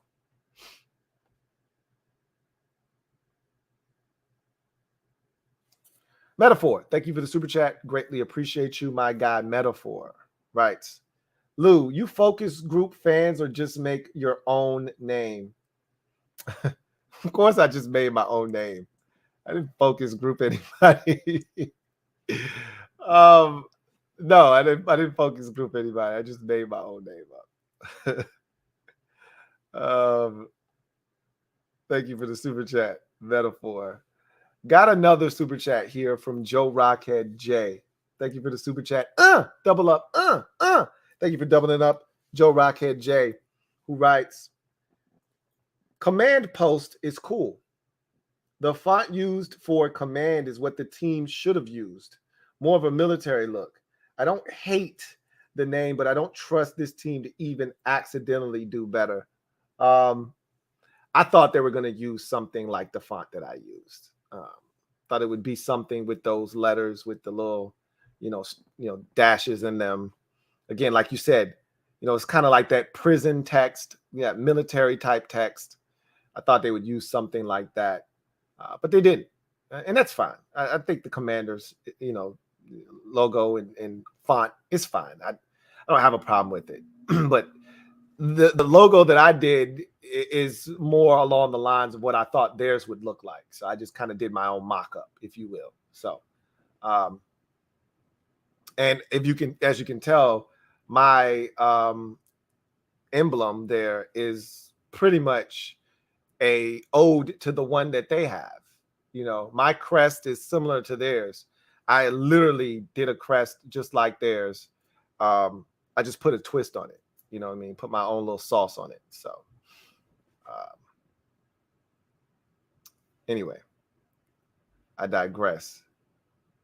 And I don't blame you, Joe Rockhead J, for not trusting this team to even accidentally get something right. I'm right there with you, man. As bad as that sounds, I don't trust this team to do anything right at this point. Not even accidentally. So, the only thing that they may have gotten right, and I'm praying and I'm on board, is that they got Ron Rivera right. If they can get him right, then that gives us hope for that they can get the quarterback position right. If they can get the quarterback position right, then maybe we can win some damn ball games around here and actually be a factor in this thing. Only time will tell. Anyway, that's going to do it for me, your man, Louie T. I thank you guys for joining me. Want to remind everyone that is out there, if you are a member of the MOBB, you will be getting Sam Howell's breakdown essentially right after this stream is over. I think I'll upload it. The sooner the better. Maybe I'll just wait till the morning. You know, a lot of people are sleeping. I might just wait till the morning. No rush is involved, but you'll get it nice and early tomorrow morning. Meanwhile, if you in Patreon as well, you know, if you're on Patreon, you'll have access to it as well. If you are not a member of Patreon or the mob, then you will get it on Saturday. And also, I wanted to remind all of you who are members of the Mob Squad that some of that exclusive content is coming your way. The first positional group ranking for the quarterbacks will be out, and I will put that out next week, and look forward to chopping it up with you guys. We may even do a live stream with, you know, the members of Patreon and the Mob Squad, where we link up and we talk about the draft as well. You know, just something extra to spice it up. I do want to do you know, an overall video on the quarterback position, but I don't know. We'll see what you know, what time will allow us to get into. So in any event, thank you guys for joining me here. I am a Washington fan, etched in burgundy and gold. My Washington spirit will never die. Washington spirit will never fold. Until we meet again, take command. Or as I like to say, post up and take command. Anyway, metaphor to take us out of here. Right? Thank you for the super chat, first of all. My guy Metaphor says, CNN says Jan 6 Capitol attack was for new stadium site. Okay, whatever. Hoodie Jube says, first of all, thank you for the super chat. Greatly appreciate you. Hoodie Jube says, what's up, Louie T? What's up, Hoodie Jube? It's good with you. I can't with y'all, man. You guys are some fools. Anyway, I digress. Y'all enjoy the rest of your evening. For some of you, your morning. For others, enjoy the rest of your night. Some of you, good morning. Whenever you're watching this, I want to thank you for getting all the way to the end. What I've learned with these streams is they're not sprints, but rather a marathon. And however long it takes you to get through them, get through them. But if you make it to this point, man, do I appreciate you. Anyway, that's going to do it for me, your man Louie T. Until next time, you guys have a good one. And as I said before, and I'm going to say it plenty more times, post up and take command. I'll see you guys next time. Peace.